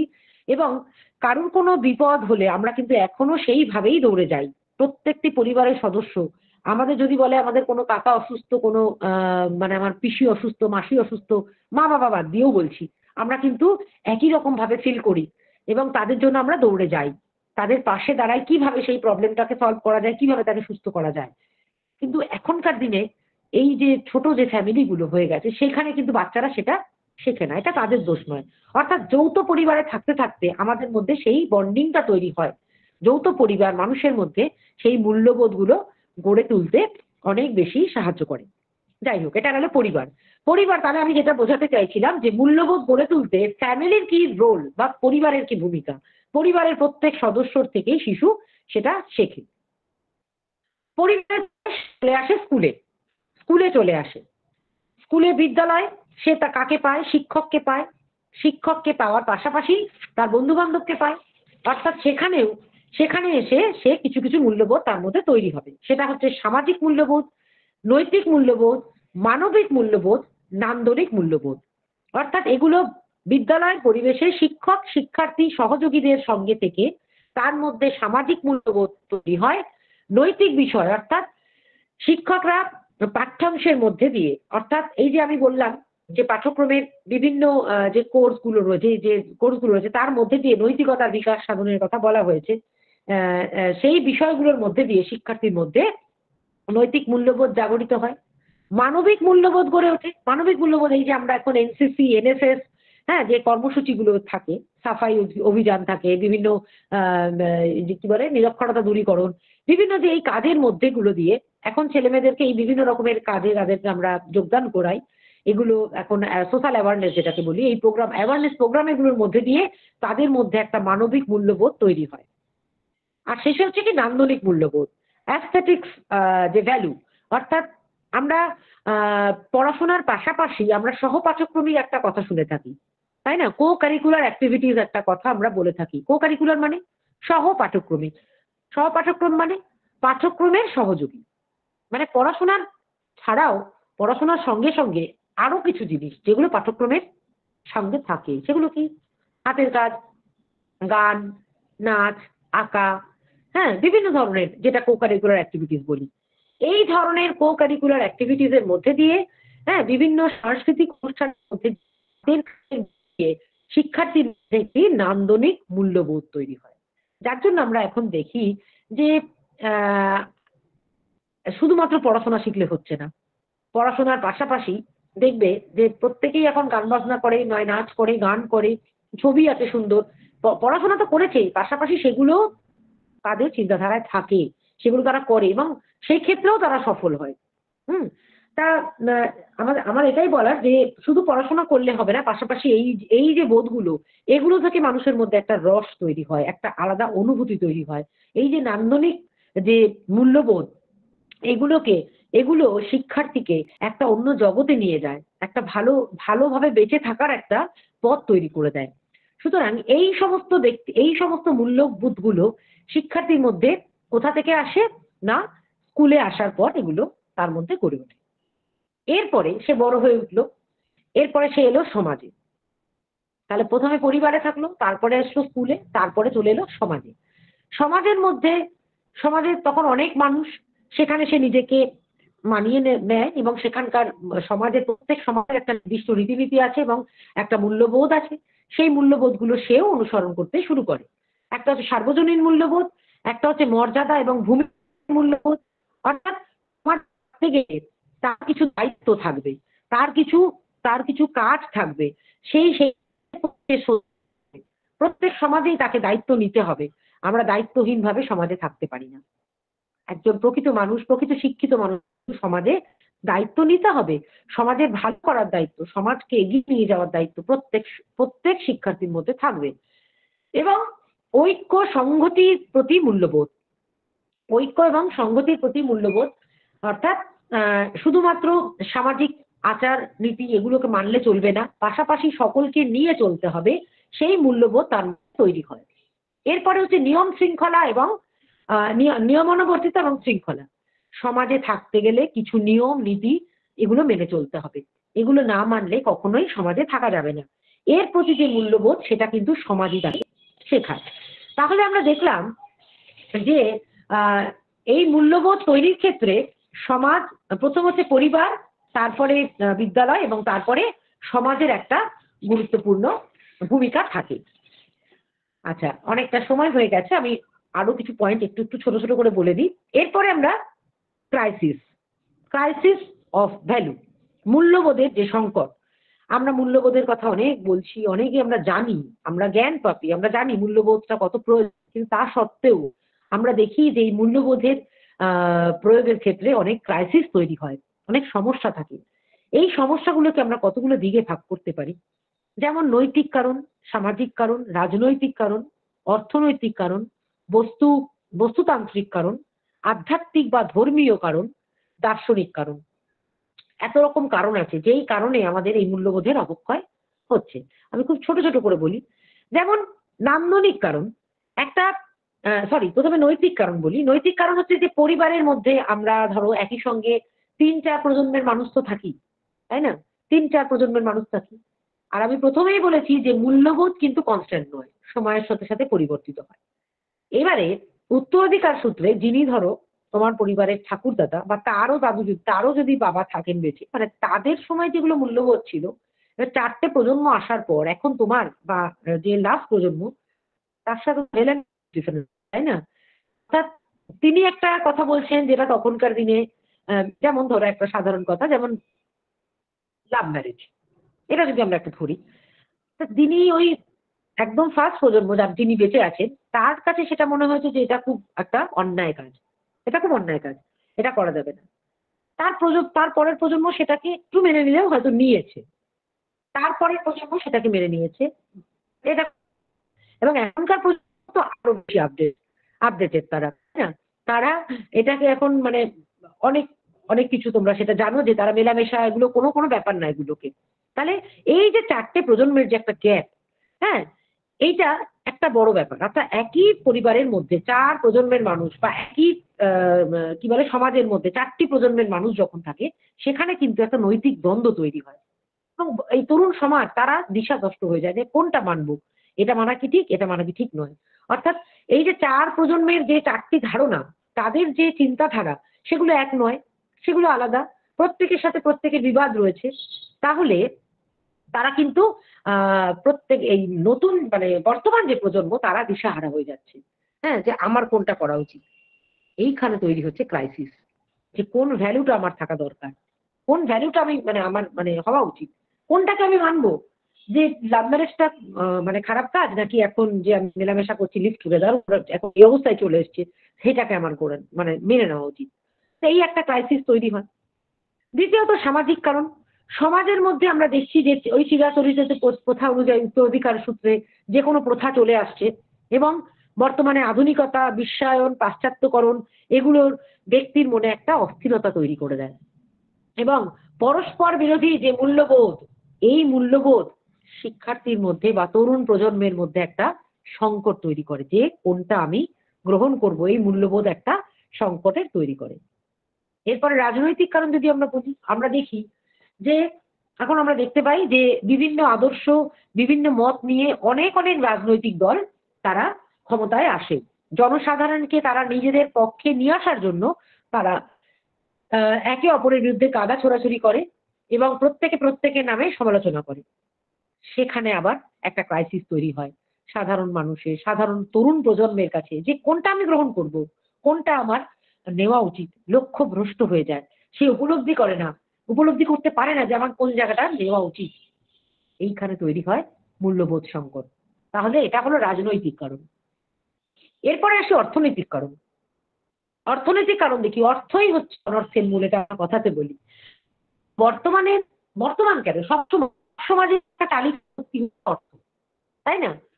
অনেকে দেখা যাচ্ছে তারা জীবনে অনেক কষ্ট করে পড়াশোনা করেছে, অনেক পরিশ্রম করে তারা জীবনে দাঁড়িয়েছে এবং বড় চাকরি করছে, তারা বড় পদ পেয়েছে। কিন্তু মানে হয়তো অনেক পরিশ্রম করেছে, তারা একটা সরকারি চাকরি বা একটা ভালো প্রাইভেট কোম্পানির চাকরি করছে, কিছু টাকা তারা উপার্জন করছে এবং যেরকম মানুষ সেই টাকার মধ্যে তার যেভাবে ভালোভাবে বেঁচে থাকা যায়, সে মোটামুটি ভাবে থাকছে। পাশাপাশি দেখা যাচ্ছে যে একটা অল্প শিক্ষিত মানুষ সে সেখানে কি করছে না, সে প্রচুর টাকা 2 নম্বরই করে সে প্রচুর টাকা সে ইনকাম করছে, প্রচুর টাকা অর্থ উপার্জন করছে। অর্থ উপার্জন করার পরে সেই টাকা দিয়ে সে এমন কোনো সুখ নেই, মানে এমন কোনো ভোগ নেই সে করছে না। সে গাড়ি থেকে শুরু করে 10টা ফ্ল্যাট, 10টা গাড়ি, সে মানে পারলে সে প্লেনও কিনে নেয়, এরকম অবস্থা। মানে আমি কথার কথা বলছি, মানে এতটাই সে মানে নিজেকে মানে সেই জায়গাটায় নিয়ে গেছে। তখন যে মানুষটা পড়াশোনা করে কষ্ট করে একটা সরকারি চাকরি পেয়েছে, বা যার একটা ইনকাম, যে কষ্ট করে পড়াশোনা করেছে, যে একটা সরকারি জায়গাও সে চাকরি করে, তার তখন কি মনে হবে যে আমি সব কথা থেকে কি করলাম, আমি তো কিছু করতে পারছি না, আমার তো সেরকম বেঁচে থাকার কোনো মানেই হয় না, এরা এত 2 নম্বরই এত ইনকাম করে এরম ভাবে জীবন পালন করছে।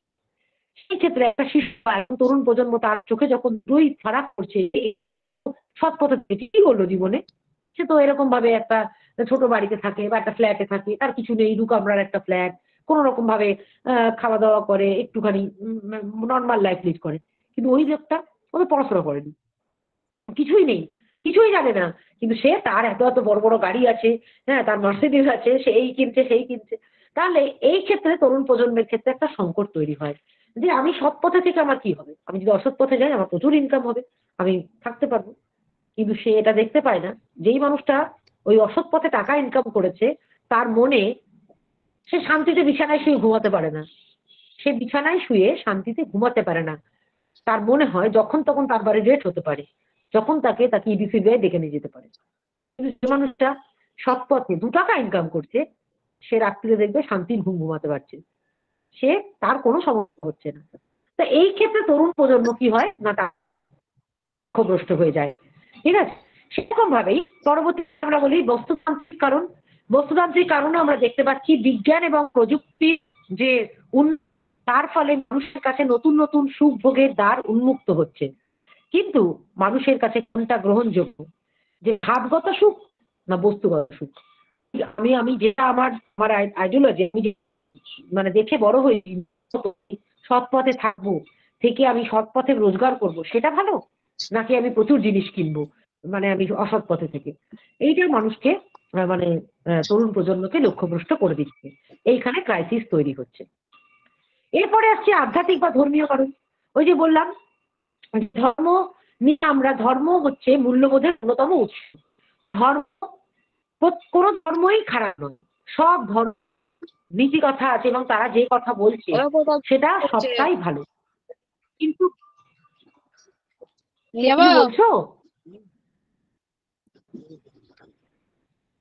মনে হচ্ছে জয়ন্তী তোমার ফোনটা অন হয়ে গেছে, একটু অফ করে।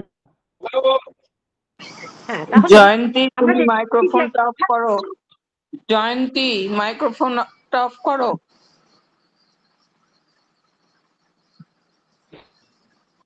ঠিক আছে, ওরা অনেকক্ষণ ধরে ম্যাম আমি ওরা একটু বলছি জয়ন্তী একটু হয়ে পড়েছে, চালিয়ে রেখে তাও যাচ্ছে হয়তো। অনলাইনে মানে বলি। আচ্ছা, যে আচ্ছা, তোমরা যে গ্রুপে ভয়েস চ্যাট করছো ওইগুলোকে বন্ধ করো। জয়ন্তী তুমি মাইক্রোফোনটা অফ করো।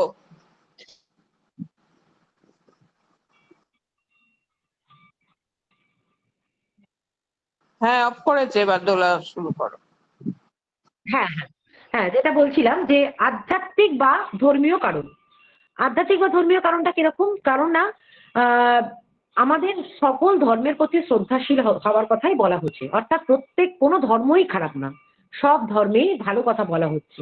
কিন্তু আমরা কি করি, সেই ধর্মের যে মূল কথা সেগুলোকে আমরা অপব্যাখ্যা করি, সেগুলোকে ভুল ব্যাখ্যা করি, মিস ইন্টারপ্রিটেশন হওয়ার ফলে আমাদের সেখানে ভুল বোঝাবুঝি তৈরি হয়, কিনা মূল্যবোধের সংকট।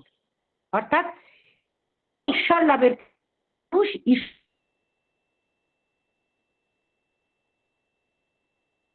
ঈশ্বরের সেটাই, অর্থাৎ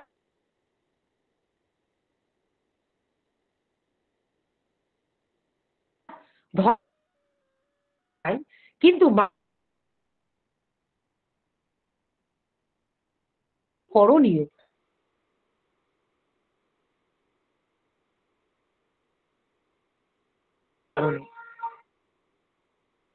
দার্শনিক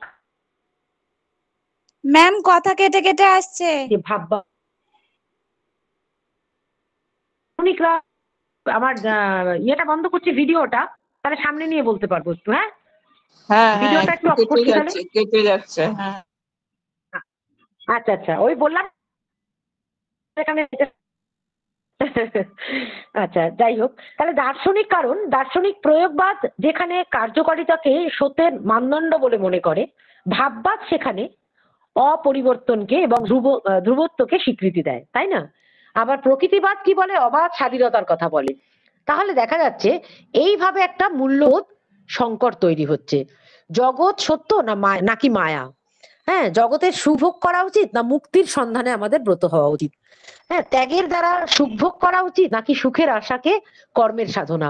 এইভাবে দেখা যাচ্ছে যে ভাবনাগুলো রয়েছে পরস্পর বিরোধী, সেটা কিন্তু মূল্যবোধের একটা সংকট ডেকে আনে। তাহলে এইগুলো হচ্ছে মূল্যবোধ সংকটের একটা মূল কারণ। তোমরা গুলো বললাম, 7টা কারণ বলেছি। একটা নৈতিক কারণ, একটা সামাজিক কারণ, রাজনৈতিক কারণ, অর্থনৈতিক কারণ, বস্তুতান্ত্রিক কারণ, আধ্যাত্মিক বা ধর্মীয় কারণ, আর একটা হচ্ছে দার্শনিক কারণ। এগুলো হচ্ছে আমাদের মূল্যবোধের সংকট তৈরি করছে। এবার আমাদের কি কি প্রয়োজন মূল্যবোধ, আমরা পসিবল ওয়েজ কি টু রিসলভ ভ্যালু ক্রাইসিস, এই ভ্যালু ক্রাইসিসটাকে আমাদের দূর করতে গেলে কি কি করতে হবে? প্রথমত হচ্ছে যে আমাদের কিছু ব্যবস্থা নিতে হবে। শিক্ষক হিসাবে আমাদের মূল্যবোধ সংকট যাতে আমাদের দূর করতে হয় তার জন্য কিছু কাজ আমাদের করতে হবে। কি না? প্রথম হচ্ছে বিদ্যালয় বা শিক্ষা প্রতিষ্ঠানের যে কাজ, সেই কাজে আমাদের সমতা আনতে হবে এবং নিরপেক্ষতা বজায় রাখতে হবে। অর্থাৎ কোনো ছাত্রছাত্রী তো ভালো হবে, কেউ পড়াশোনায় ভালো হবে, কেউ হবে না, কিন্তু সেই ক্ষেত্রে প্রত্যেককেই সমান চোখে আমাদের দেখতে হবে যে এই ছাত্রীটা পড়াশোনায় ভালো বা এ ভালো রেজাল্ট করেছে বলে একে আমি একটু বেশি ভালোবাসি, ওই ছাত্রটা পড়াশোনা ভালো না, ওকে আমি দুচ্ছাই করবো এবং ক্লাসে এলে তাকে বকবো, এইটা ঠিক নয়। প্রতি আমাদের ভালোবাসা রাখতে হবে, কাজে সমতা রাখতে হবে এবং নিরপেক্ষতা বজায় রাখতে হবে। দ্বিতীয়ত আমরা কি বলতে পারি, যে প্রাচীন যে ঐতিহ্য আছে সেগুলোর শ্রদ্ধার পাশাপাশি আধুনিক বিজ্ঞান প্রযুক্তি এবং অন্যান্য যে সুযোগ সুবিধা আমরা পাচ্ছি সেগুলোকে আমাদের গ্রহণ করার মানসিকতা তৈরি করতে হবে। কারণ এই যে আমি বললাম যে একটা পরিবারে 4টে প্রজন্মের মানুষ থাকে, একটা সমাজেও 4টে প্রজন্মের মানুষ থাকবে, একটা বিদ্যালয়েও দেখবে যে কিছু আগের টিচাররা থাকবে, পরের টিচাররা থাকবে, আগে পুরনো সিনিয়র টিচাররা থাকবেন এবং পরে যারা জুনিয়র করেছেন তারা থাকবেন। তাহলে প্রতি জায়গায় এইটা একটা সমস্যা তৈরি হয়ে যায় যে প্রাচীন যা কিছু মানে আগের যা কিছু সবকিছুই খারাপ, হ্যাঁ, আর নতুন যেটা সেটা ভালো, আবার নতুন যেটা সেটা খারাপ, আগের যা কিছু সেটা ভালো, এই মানসিকতা আমাদের রাখলে চলবে না। সবকিছুকে করতে হবে, সে টিচার হোক বা স্টুডেন্ট হোক, মানে তাকে সবটাই ভালো মন্দ করার ক্ষমতাটা তো থাকতে হবে। প্রকৃত শিক্ষা মানুষকে সেটাই শেখায়।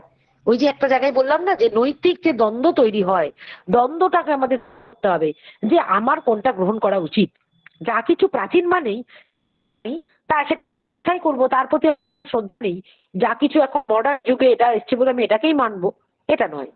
আমি জিন্স টপ আমি প্রয়োজনে শাড়িও পরতে পারি, ঠিক কি না? পুজোর সময় আমি শাড়ি পরবো, সেটাই আমার ভালো লাগবে। আবার আমি বন্ধুদের সাথে যখন কোথাও যাব আমি জিন্স পরতে পারি, আমি শর্ট স্কার্ট পরতে পারি, সেটা আমার মতন, মানে জায়গা অনুযায়ী আমাকে ড্রেস করতে হবে। আমি কি করতে চাইছি কোনোটাই খারাপ নয়, শুধু নিজেকে সেইভাবে ক্যারি করতে হবে, নিজেকে শ্রদ্ধা করতে হবে, দুটো মানসিকতাকে আমার সমানভাবে শ্রদ্ধা করতে হবে, বিষয়টা আমাদের মাথায় রাখতে হবে। নেক্সট পয়েন্ট হচ্ছে যে পরম সহিষ্ণুতা এবং ভিন্ন ধর্মের প্রতি শ্রদ্ধা, সাংস্কৃতিক এবং ধর্মীয় বহুত্ববাদী বিশ্বাস করতে হবে, অর্থাৎ সকলের ধর্মকে সমানভাবে বিশ্বাস করতে হবে।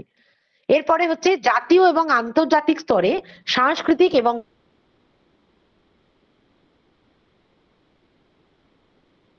ক্রীড়া অনুষ্ঠান, যেটা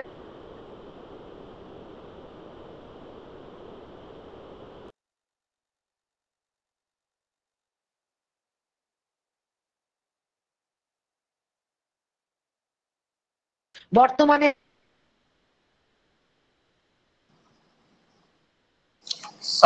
আমাদের সকল সাউন্ডটা কেটে যাচ্ছে। এবার ঠিক আছে ম্যাম? হ্যাঁ এবার ঠিক আছে। হ্যালো, হ্যাঁ হ্যাঁ এবার ঠিক আছে, বললাম না। হ্যাঁ, তাহলে দেখা যাচ্ছে যে এই সমস্ত ক্রীড়া সাংস্কৃতিক প্রতিযোগিতা এগুলোকে যত বেশি মানে করা যাবে তত বেশি ভালো হবে। এছাড়াও আমাদের অন্ধবিশ্বাস, রক্ষণশীল যে মনোভাব, কুসংস্কার দূরীকরণের বিভিন্ন প্রোগ্রাম আমাদের করতে হবে। হ্যাঁ, এবং তার জন্য আমাদের এনএসএস এনসিসি যে রয়েছে স্কুল কলেজে তাদের এই দায়িত্ব দিতে হবে, কাজটাই ভালোভাবে করে থাকে, যাতে শিক্ষার্থীর মধ্যে একটা সেই অ্যাওয়ারনেস বা সেই শুধু যেটা তৈরি হবে সেটা সেই সমাজের মধ্যেও সে তৈরি করতে পারবে। পাশাপাশি জাতীয় সংগতি এবং আন্তর্জাতিকতা বোধেরও বিকাশ সেখানে হবে। এছাড়াও আমরা স্কুল কলেজের বিভিন্ন কর্মসূচির মধ্যে দিয়ে, বিভিন্ন প্রোগ্রামের মধ্যে দিয়ে আমরা শিক্ষার্থীর মধ্যে ভ্যালু আমরা গ্রো করতে পারি। এটাই বোধহয় আমার লাস্ট পয়েন্ট ছিল যে আমরা না, আমি কি কিছু বাদ দিয়েছি পয়েন্টগুলো থেকে? হ্যাঁ, একটু বাদ চলে গেছে, আমি সেটা বলছি আবার। বলো বলো। তনুশ্রী মিউট করো, তনুশ্রী মাইক্রোফোন। হ্যাঁ, মিউট করেছে। হ্যাঁ, এবার হচ্ছে বিদ্যালয়ের যেমন কিছু কর্মসূচি আছে, যেমন আমরা দেখি প্রত্যেকটি স্কুলে, হ্যাঁ, প্রার্থনা সভা প্রতিদিন স্কুল আরম্ভ হওয়ার আগে যে প্রেয়ার হয়,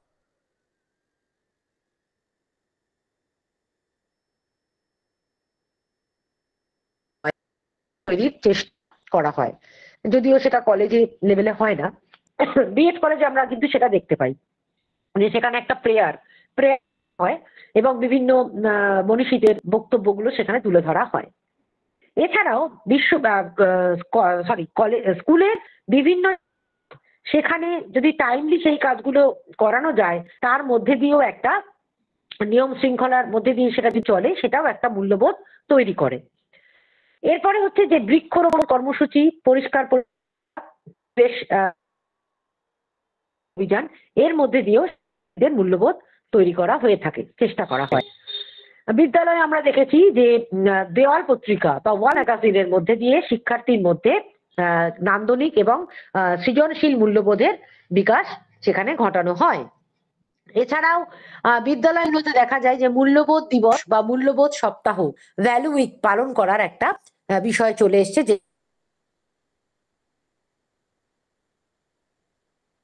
এখানে বিভিন্ন ব্যক্তিরা তারা দেন, প্রতিযোগিতা হয়, যেগুলো শিক্ষার্থীর মধ্যে মূল্যবোধ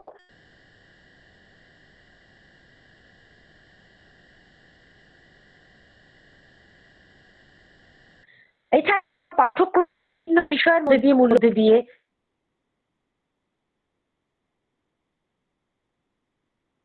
নীতিবিদ্যা, রাষ্ট্রবিজ্ঞান,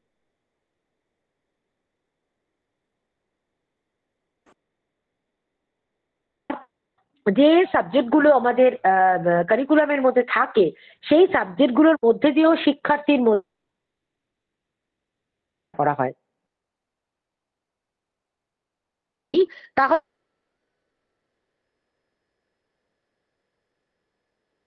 নাম মূল্যবোধ, সামাজিক মূল্যবোধে ইতিহাস তৈরি হয়, যে নাগরিকতার বোধের প্রতি মূল্যবোধ সহায়তা করে। বলি সেখানেও একটু মাইক্রোফোনটা ব্যাক কর দোলা, মাইক্রোফোনটা একটু অসুবিধা করছে। আচ্ছা, এবারে এবারে হ্যাঁ, এবার ঠিক আছে। হ্যাঁ হ্যাঁ হ্যাঁ হ্যাঁ। আচ্ছা আচ্ছা আচ্ছা আচ্ছা, ঠিক আছে। মাঝে মাঝে একটু সমস্যা করছে, 7টা বাজে চললো না, আমাদের এখানে প্রচন্ড মানে একটু ফ্ল্যাকচুয়েট করে, এই সব এসি ফেসি চালাতে শুরু করে সন্ধ্যা থেকে, আর এই মানে সমস্যা করে, শুরু করে, কারেন্টও যাওয়া যাবি হয় আর কি, আজকে এখনো পর্যন্ত আছে। যাই হোক, তাহলে বিভিন্ন এই কর্মসূচিগুলোর মধ্যেই আমরা দেখতে পাই যে শিক্ষার্থীর মধ্যে, আমরা যদি এই পাঠ্যক্রমের মধ্যে দিয়ে এই বিষয়গুলো আমরা রাখি, তাহলে শিক্ষার্থীর মধ্যে দিয়ে বিভিন্ন আমরা জাগিয়ে তুলতে পারবো। আমরা দেখেছি যে বিভিন্ন বিদ্যালয়ের যে শিক্ষার ক্ষেত্রে একটা recommendations of various education commissions in independent India on value education in school, অর্থাৎ বিদ্যালয়ে শিক্ষার ক্ষেত্রে স্বাধীন ভারতে যে শিক্ষা কমিশনগুলো গঠিত হয়েছিল, তারা কি ভূমিকা পালন। আমরা জানি স্বাধীনতার পরবর্তীকালে ভারতবর্ষে বিভিন্ন শিক্ষা কমিশন তৈরি হয়েছিল। আমরা যদিও এডুকেশনের স্টুডেন্ট সবাই নও, তো তোমরা এডুকেশন পড়োনি হয়তো সেভাবে, কিন্তু একটু বলি, যেমন আমরা ভারতীয় শিক্ষা কমিশন, যেমন আমরা 1948 তারপর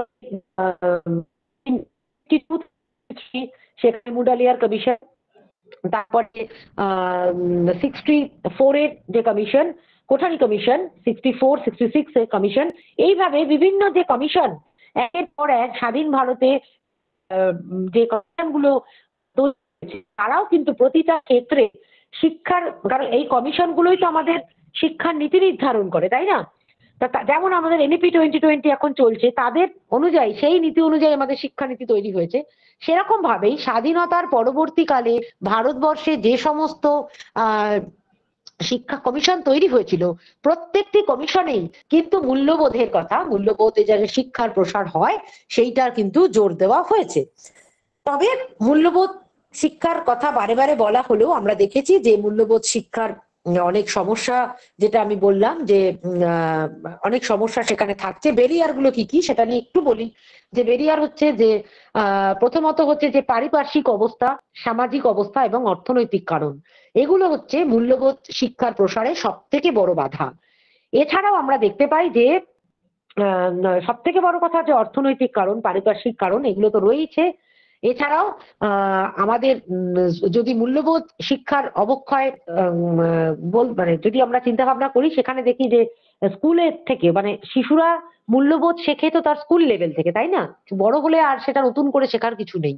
তাই স্কুলের কিছু নীতিগুলো যেগুলো ছাত্রছাত্রীর মূল্যবোধের অবক্ষয়ের জন্য দায়ী, যেমন কর্তৃপক্ষের কিছু উদাসীন মনোভাব, শিক্ষকের সদিচ্ছা সবসময় থাকে না, ত্রুটিপূর্ণ কিছু টিচিং মেথড বা শিক্ষণ পদ্ধতি, হ্যাঁ, বা অনুপযুক্ত পাঠ্যক্রম যেগুলো পাঠ্যক্রমে রাখার দরকার নেই সেই সমস্ত বিষয়, পরীক্ষার নম্বর প্রদান, হ্যাঁ, নম্বর প্রদানের ক্ষেত্রে কিছু পক্ষপাতিত্ব, হ্যাঁ, প্রশাসনিক স্তরেও কিছু দুর্নীতি, এছাড়া সহপাঠক কার্যাবলীর অভাব, হ্যাঁ, পরিকাঠামো, ছাত্র সংখ্যা বৃদ্ধির পাশাপাশি টিচার বাড়ছে না, টিচারের সংখ্যা কম।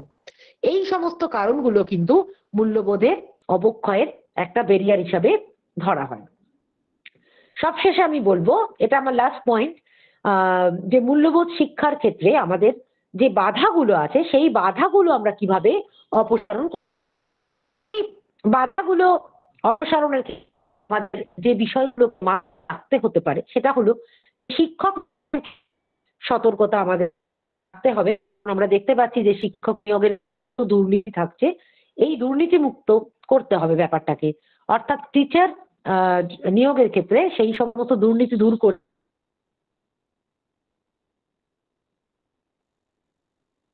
একদম স্বচ্ছভাবে যাতে টিচার নিয়োগ হয় সেদিকটা লক্ষ্য রাখতে হবে।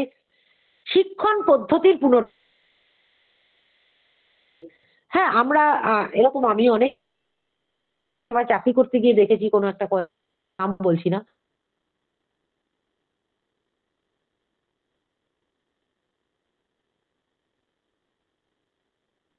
তার দুদিন পরে ফিরে যাবে, সেরকম নোট নিয়ে তারা পড়াতে আসেন।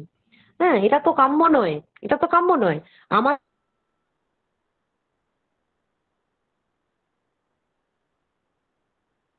ভালো সেটা গ্রহণ করতে হবে।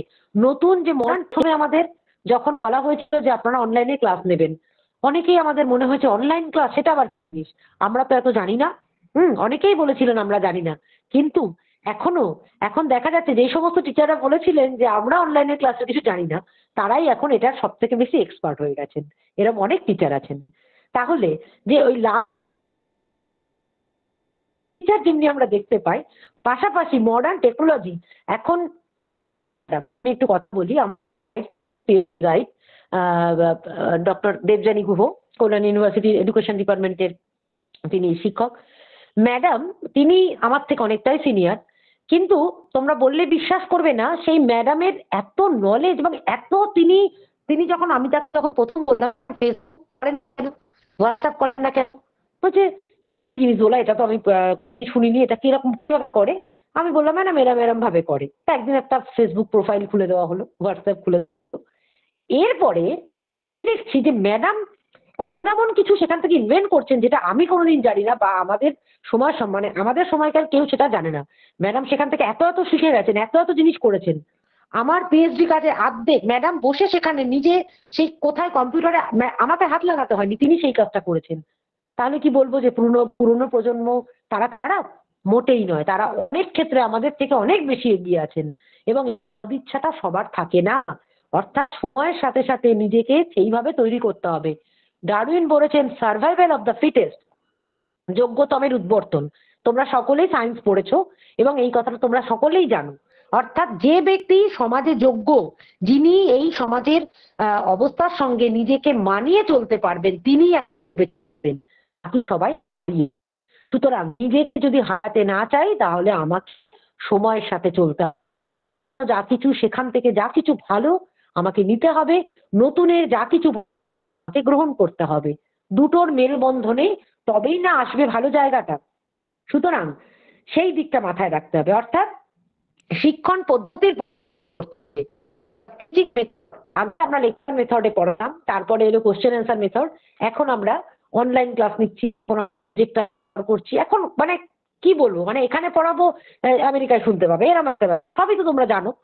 আমি বলছি যে এই যে মেথড গুলো, টিচিং মেথড, তার সাথে আমাদের নিজেদেরকে খাপ খাইয়ে নিতে হবে এবং নতুন নতুন পদ্ধতির পুনর্গঠন করতে হবে। পরিকাঠামোর উন্নতি হবে। আর কি করতে হবে? শিক্ষার্থীদের আর্থিক সহায়তা দান করতে হবে। ওই যে বললাম যে অর্থ একটা মানুষের একটা বড় ফ্যাক্টর।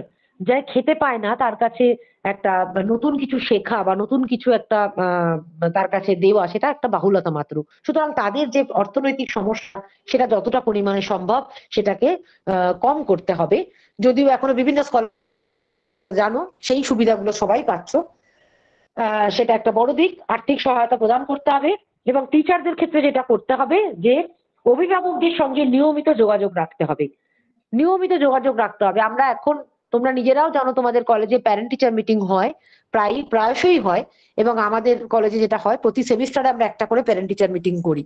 তার কারণ হচ্ছে যে ছাত্রছাত্রীকে শুধুমাত্র স্কুলে পাঠিয়েই বা কলেজে পাঠিয়েই মা বাবা তারা নিশ্চিন্তে থাকতে পারেন না। তাদের কি সমস্যা হচ্ছে, টিচাররা তাদের কিভাবে কি স্টুডেন্টদেরকে বলছেন, উভয় ক্ষেত্রেই একটা কথোপকথন হওয়া দরকার। টিচার স্টুডেন্টের সঙ্গে সম্পর্ক থাকার পাশাপাশি গার্ডিয়ানের সঙ্গেও টিচারের একটা সম্পর্ক থাকতে হবে। তাদের সমস্যাগুলোকে জানা বোঝা কিভাবে টিচার এবং মা বাবা যখন একসাথে মিলেমিশে সমাধান করবে, তখন ছাত্রের মধ্যে একটা ভালো মানুষ হবার একটা বিষয় তৈরি হবে। আর কি হচ্ছে যে এখন দেখা যাচ্ছে যে ছাত্র সংখ্যা অনেক বেশি। তোমরা কত ছাত্রছাত্রী তোমাদের কলেজে আছো জানি না। আমাদের কলেজের ক্ষেত্রে আমি বলতে পারি, আমাদের গত বছর ফার্স্ট সেমিস্টারে প্রায় 3000 মতন এরকম ভর্তি হয়েছিল। তা সেইখানে আমাদের টিচার কোথায়? এই যে রেশিও, টিচার রেশিও, এটা ঠিক না হয় তাহলে কিছুতেই ভ্যালু তৈরি হবে না। শিক্ষা তো হবেই না, ভ্যালু তো অনেক দূরের কথা। অর্থাৎ টিচার স্টুডেন্ট রেশিও ঠিক মতন থাকতে হবে। কারণ একটা সে কতজনকে একসাথে পড়াতে পারে সেটাও একটা ভাবা দরকার। এবং প্রত্যেকটা ক্ষেত্রে তাদের যাতে কাছাকাছি আসতে পারি। শিক্ষার্থী মানে এসে দূরে থাকবে, তাকে তাকে জানবো না, তাকে চিনবো না, হ্যাঁ, কিন্তু সেটা করলে হবে না। তাকে যত অল্প স্টুডেন্ট হবে সেই অনুযায়ী টিচার থাকবে, তাহলে একটা মেলবন্ধন তৈরি হবে যেখানে শিক্ষার্থীরা তাদের নিজের সমস্যার কথা তার শেয়ার করতে পারবে। তবেই না সেই শিক্ষা মানে ভালো মতন করে উঠবে। সেই শিক্ষাটা মানে একটা সুন্দর রিলেশন গড়ে উঠবে টিচারের সঙ্গে, তবেই সে তার মনের কথা বলতে পারবে। তাহলে ছাত্র শিক্ষক সুসম্পর্ক একটা থাকা দরকার। সবশেষে এটাই বলবো, এই যে ক্রমবর্ধমান মূল্যবোধের যে সেটা যদি আমরা বন্ধ করতে চাই, তাহলে সেটা হচ্ছে নৈতিক শিক্ষা এবং মূল্যবোধের চর্চা দরকার। যার মধ্যে মূল্যবোধ থাকে সে অন্যায়ের বিরুদ্ধে সবসময় রুখে দাঁড়াবে। এবং যে ব্যক্তির মধ্যে নৈতিক শিক্ষা নেই তার কাছে মূল্যবোধ কেবলমাত্র একটা পুঁথিগত শিক্ষা। তাই মূল্যবোধ সৃষ্টি করতে গেলে জীবনের প্রথম ধাপ, অর্থাৎ একেবারে ইনফ্যান্ট লেভেল, শৈশব থেকে নৈতিক শিক্ষায় শিক্ষিত হলে তবে কিনা শিশু ধীরে ধীরে বড় হবে এবং নিজেকে তো নীতিবান করবে এবং অন্যকে নীতি শিক্ষা দেবে। মূল্যবোধের প্রতি সে সম্মান জানাবে। মানুষের প্রথম শিক্ষার প্রতিষ্ঠান হচ্ছে তার পরিবার। সুতরাং নৈতিক শিক্ষা, মূল্যবোধের শিক্ষার বিকাশ ঘটে শিশুর পরিবার থেকেই। বিদ্যালয়ের পাঠ্যক্রমের ধর্মের মূল সেই বিষয়টা রাখা দরকার এবং শিশুকে শিক্ষা দেওয়া দরকার ধর্মের সংকীর্ণতা নয়, বরং ধর্মের যে নৈতিক দিক, সেটা যেটা মূল্যবোধ গড়ে তোলে, যেটা জীবনকে গড়ে তোলে, সেই দিকটা যাতে সুন্দরভাবে নিয়ে যায় সেই দিকটা মাথায় রাখতে হবে। একটি জাতির নীতি এবং মূল্যবোধ, নৈতিকতা সেই জাতির সাংস্কৃতিক এবং সামাজিক গতি প্রকৃতির অবস্থানকে তুলে ধরে। সুতরাং মূল্যবোধ শিক্ষা একজন ব্যক্তিকে বা একজন শিশুকে, আমি বলতে পারি শিশুকে সুনাগরিক হিসেবে জাতিকে উন্নত করতে এবং বলিষ্ঠ নেতৃত্ব সাহায্য করে। অনেক মূল্যবোধ সম্পর্কে অনেক কথা ঘন্টা, মানে হঠাৎ করে 2 ঘন্টা হয়ে গেছে দেখছি, তাতেও মনে হচ্ছে না যে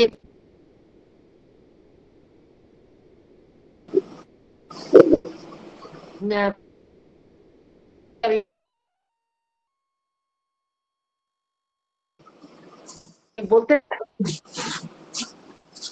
হ্যাঁ, কেটে যাচ্ছে, দোলা কেটে যাচ্ছে। হ্যাঁ, আসলে টাইম। একটাই অনেক ভিডিও। হ্যাঁ, ঠিক আছে, ভিডিওটা অফ করো।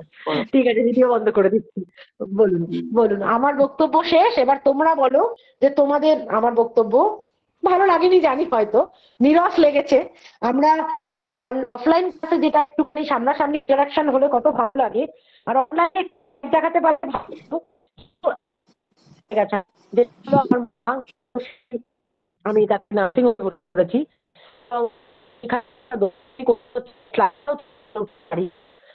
এটা আমার খুব সমস্যা হয়ে গেছে। এর আগেও যে লেকচার ছিল, ঠিক সেদিন সকালে মা নার্সিং হোমে ভর্তি হয়েছে। তা আমি ভেবেই আর অনলাইনে কোনো ক্লাস নেবো না, কোথাও লেকচার দেবো না, আমার মাকে আমার সেদিনই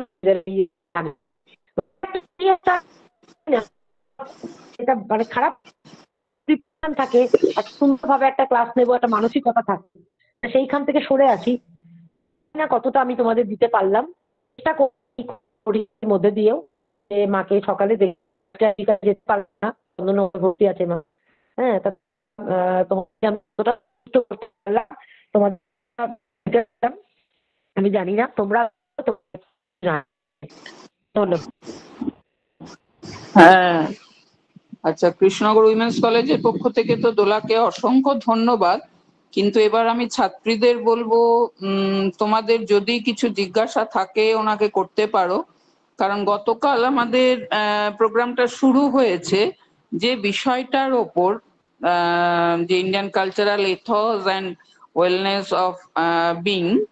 আমার মনে হয় আজকে দোলা ম্যাডাম তার পুরো একটা চিত্র আমাদের সামনে এঁকে দিলেন, মানে সমস্ত মডিউলগুলোই মনে হলো তার মধ্যে এসে গেল। এবং এডুকেশন দিয়েই তো সবটা শুরু, এডুকেশনই আমাদের পিলার। সুতরাং আজকে প্রথম লেকচার যেটা গতকাল স্বামীজি বলেছেন, আমাদের প্রিন্সিপাল ম্যাডামও বলেছেন, সবই ঠিক আছে, কিন্তু আমার মনে হয় আজকে একটা চিত্র পুরোটা আঁকা হয়ে গেল, যেটা আমরা আগামী কিছুদিন ধরে এটা নিয়ে চর্চা করব এবং বিভিন্ন বক্তারা বলবেন তাদের বিভিন্ন বিষয়ে। কিন্তু আজকে ম্যাডাম যেটা বললেন, দেখো সমগ্র চিত্রটা তোমরা পেলে, যে একদম হোয়াট ইজ ভ্যালু দিয়ে উনি শুরু করলেন, এবং সেটা কিভাবে তৈরি করবে, এবং তার ডিগ্রেডেশনটাও কি কি কারণে হয়, এবং সেই ডিগ্রেডেশন থেকে আমরা কিভাবে বেরিয়ে আসতে পারি তারও একটা চিত্র উনি তুলে ধরলেন। তা সেটার জন্য তো ওনাকে অসংখ্য ধন্যবাদ আমাদের তরফ থেকে। কিন্তু তবুও বলবো, তোমাদের যদি কিছু জিজ্ঞাসা থাকে জেনে নাও ওনার কাছে, উনি যথেষ্ট এনরিচড এই বিষয়ে, তোমাদের সাহায্য করতে পারবেন। আর আমাদের মধ্যে তো আইকিউএস এর কোঅর্ডিনেটর আছেন ডক্টর মায়া বিশ্বাস সিনহা, আমি তাকেও বলবো যদি তিনি কিছু বলেন। দিয়ে তো আমাদের অনুষ্ঠানটা আমরা একদম শেষ পর্যায়ে চলে এসেছি।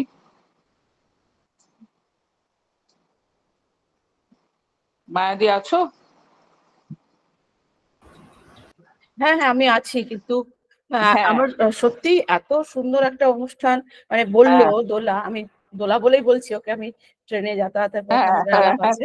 তা হ্যাঁ, আমাদের সঙ্গে আলাপ সত্যি তাই। ভীষণই আমাদের হ্যাঁ, ছোট অনেক ছোট। করেই বলছি, তুমি হ্যাঁ, করেই অত বলছি দোলাকে। সুন্দর তুমি একটা বলবে। প্রোগ্রাম আমরা শুনলাম। যদিও আমি অনেক মাঝে মাঝে হয়তো শুনতে পারিনি, ওই কেটে কেটে যাচ্ছিল বলে আমারও প্রবলেম হচ্ছিল শুনতে।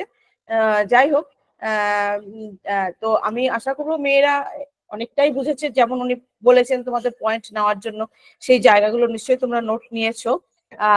আর তোমাদের যদি দু একটা প্রশ্ন থাকে তোমাদের জানার মতো, তোমাদের যে জায়গাটা ক্লিয়ার না বা কিছু, তাহলে ওনাকে তোমরা প্রশ্ন করতে পারো। আর অনেকটাই ওনাকেও আমরা আটকে রেখেছি অনেকক্ষণ ধরে, তোমাদের থাকলে পরে তোমরা শুরু করো, বলে দাও। আমি এবার দেখছি যে 2 ঘন্টা হয়ে গেছে, আমি বেশি হয়ে গেল বোধহয়। হ্যাঁ আমি তো চেষ্টাই করছি যে পুরোটা যদি একটু কভার করতে পারি ভালো লাগলো, কিন্তু তারপরে মনে হচ্ছে যে বেশি ফাস্ট হয়ে যাচ্ছে, এমনিতে হ্যাঁ। নেটের প্রবলেম, তারপরে মানে অল্প সময় অনেক বেশি টপিক হলে যা সেটাই। হয় আর কি, হ্যাঁ সেটা আমি তারপরে ভাবছিলাম আর যেটা, কি। ওদের মাথার উপর দিয়ে চলে না যায়নি তো। মাথার উপর দিয়ে চলে যায়নি, কিন্তু তুমি তো ভীষণ ভালো বললে, কিন্তু যেটা আমি প্রথমে বলতে চাইনি এখন বলছি যে বাড়িতে এরকম একটা অসুবিধার মধ্যে দিয়ে এসেও যে তুমি এইভাবে বললে, আমি সকালেই শুনেছি বৈজয়ন্তীর কাছে তোমার মা হসপিটালে ভর্তি, কিন্তু আমি প্রথমে শুরুতে বলিনি যে অন্তত কথাটা শোনা হোক তোমার, তারপর আমি বলবো। তা মা এখন কেমন আছেন? হ্যাঁ, মানে প্রতিবারই কিছু না কিছু এই সমস্যা এসে যাচ্ছে, যখনই আমার একটা কোনো আচ্ছা লেকচার থাকে মা কিছু আচ্ছা একটা আচ্ছা, সমস্যা হয়ে যাচ্ছে। ঠিক আছে, আস্তে আস্তে ঠিক হয়ে যাবেন নিশ্চয়ই। আর আমাদের ছাত্রীরাও অনেকক্ষণ সেটাই ধরে, আশা হ্যাঁ করি সবাই। অবশ্যই ওনার জন্য আমাদের রইল শুভকামনা। আর তুমি তো সেটাই, উনি আছোই, তাড়াতাড়ি আমরা সুস্থ তো, হয়ে উঠুন। হ্যাঁ হ্যাঁ। আর ছাত্রীরাও অনেকক্ষণ ধরে শুনলো, কিন্তু ছাত্রী তোমরা লেফট হয়ে যাবে না, ফিডব্যাক ফর্ম ফিল আপ করতে হবে, আমরা সেটা গ্রুপে দিয়েও দেব। তাহলে আমরা আপাতত এখানে শেষ করি, আমাদের তো পরপর ক্লাস এরপরেও চলবে, আরো আছে অন্যান্য দিন। দোলাকে অসংখ্য ধন্যবাদ। আর যেটা তুমি বললে আমি মায়াদিকে বলেছি, আমরা ওটা তোমাকে পাঠিয়ে দেবো।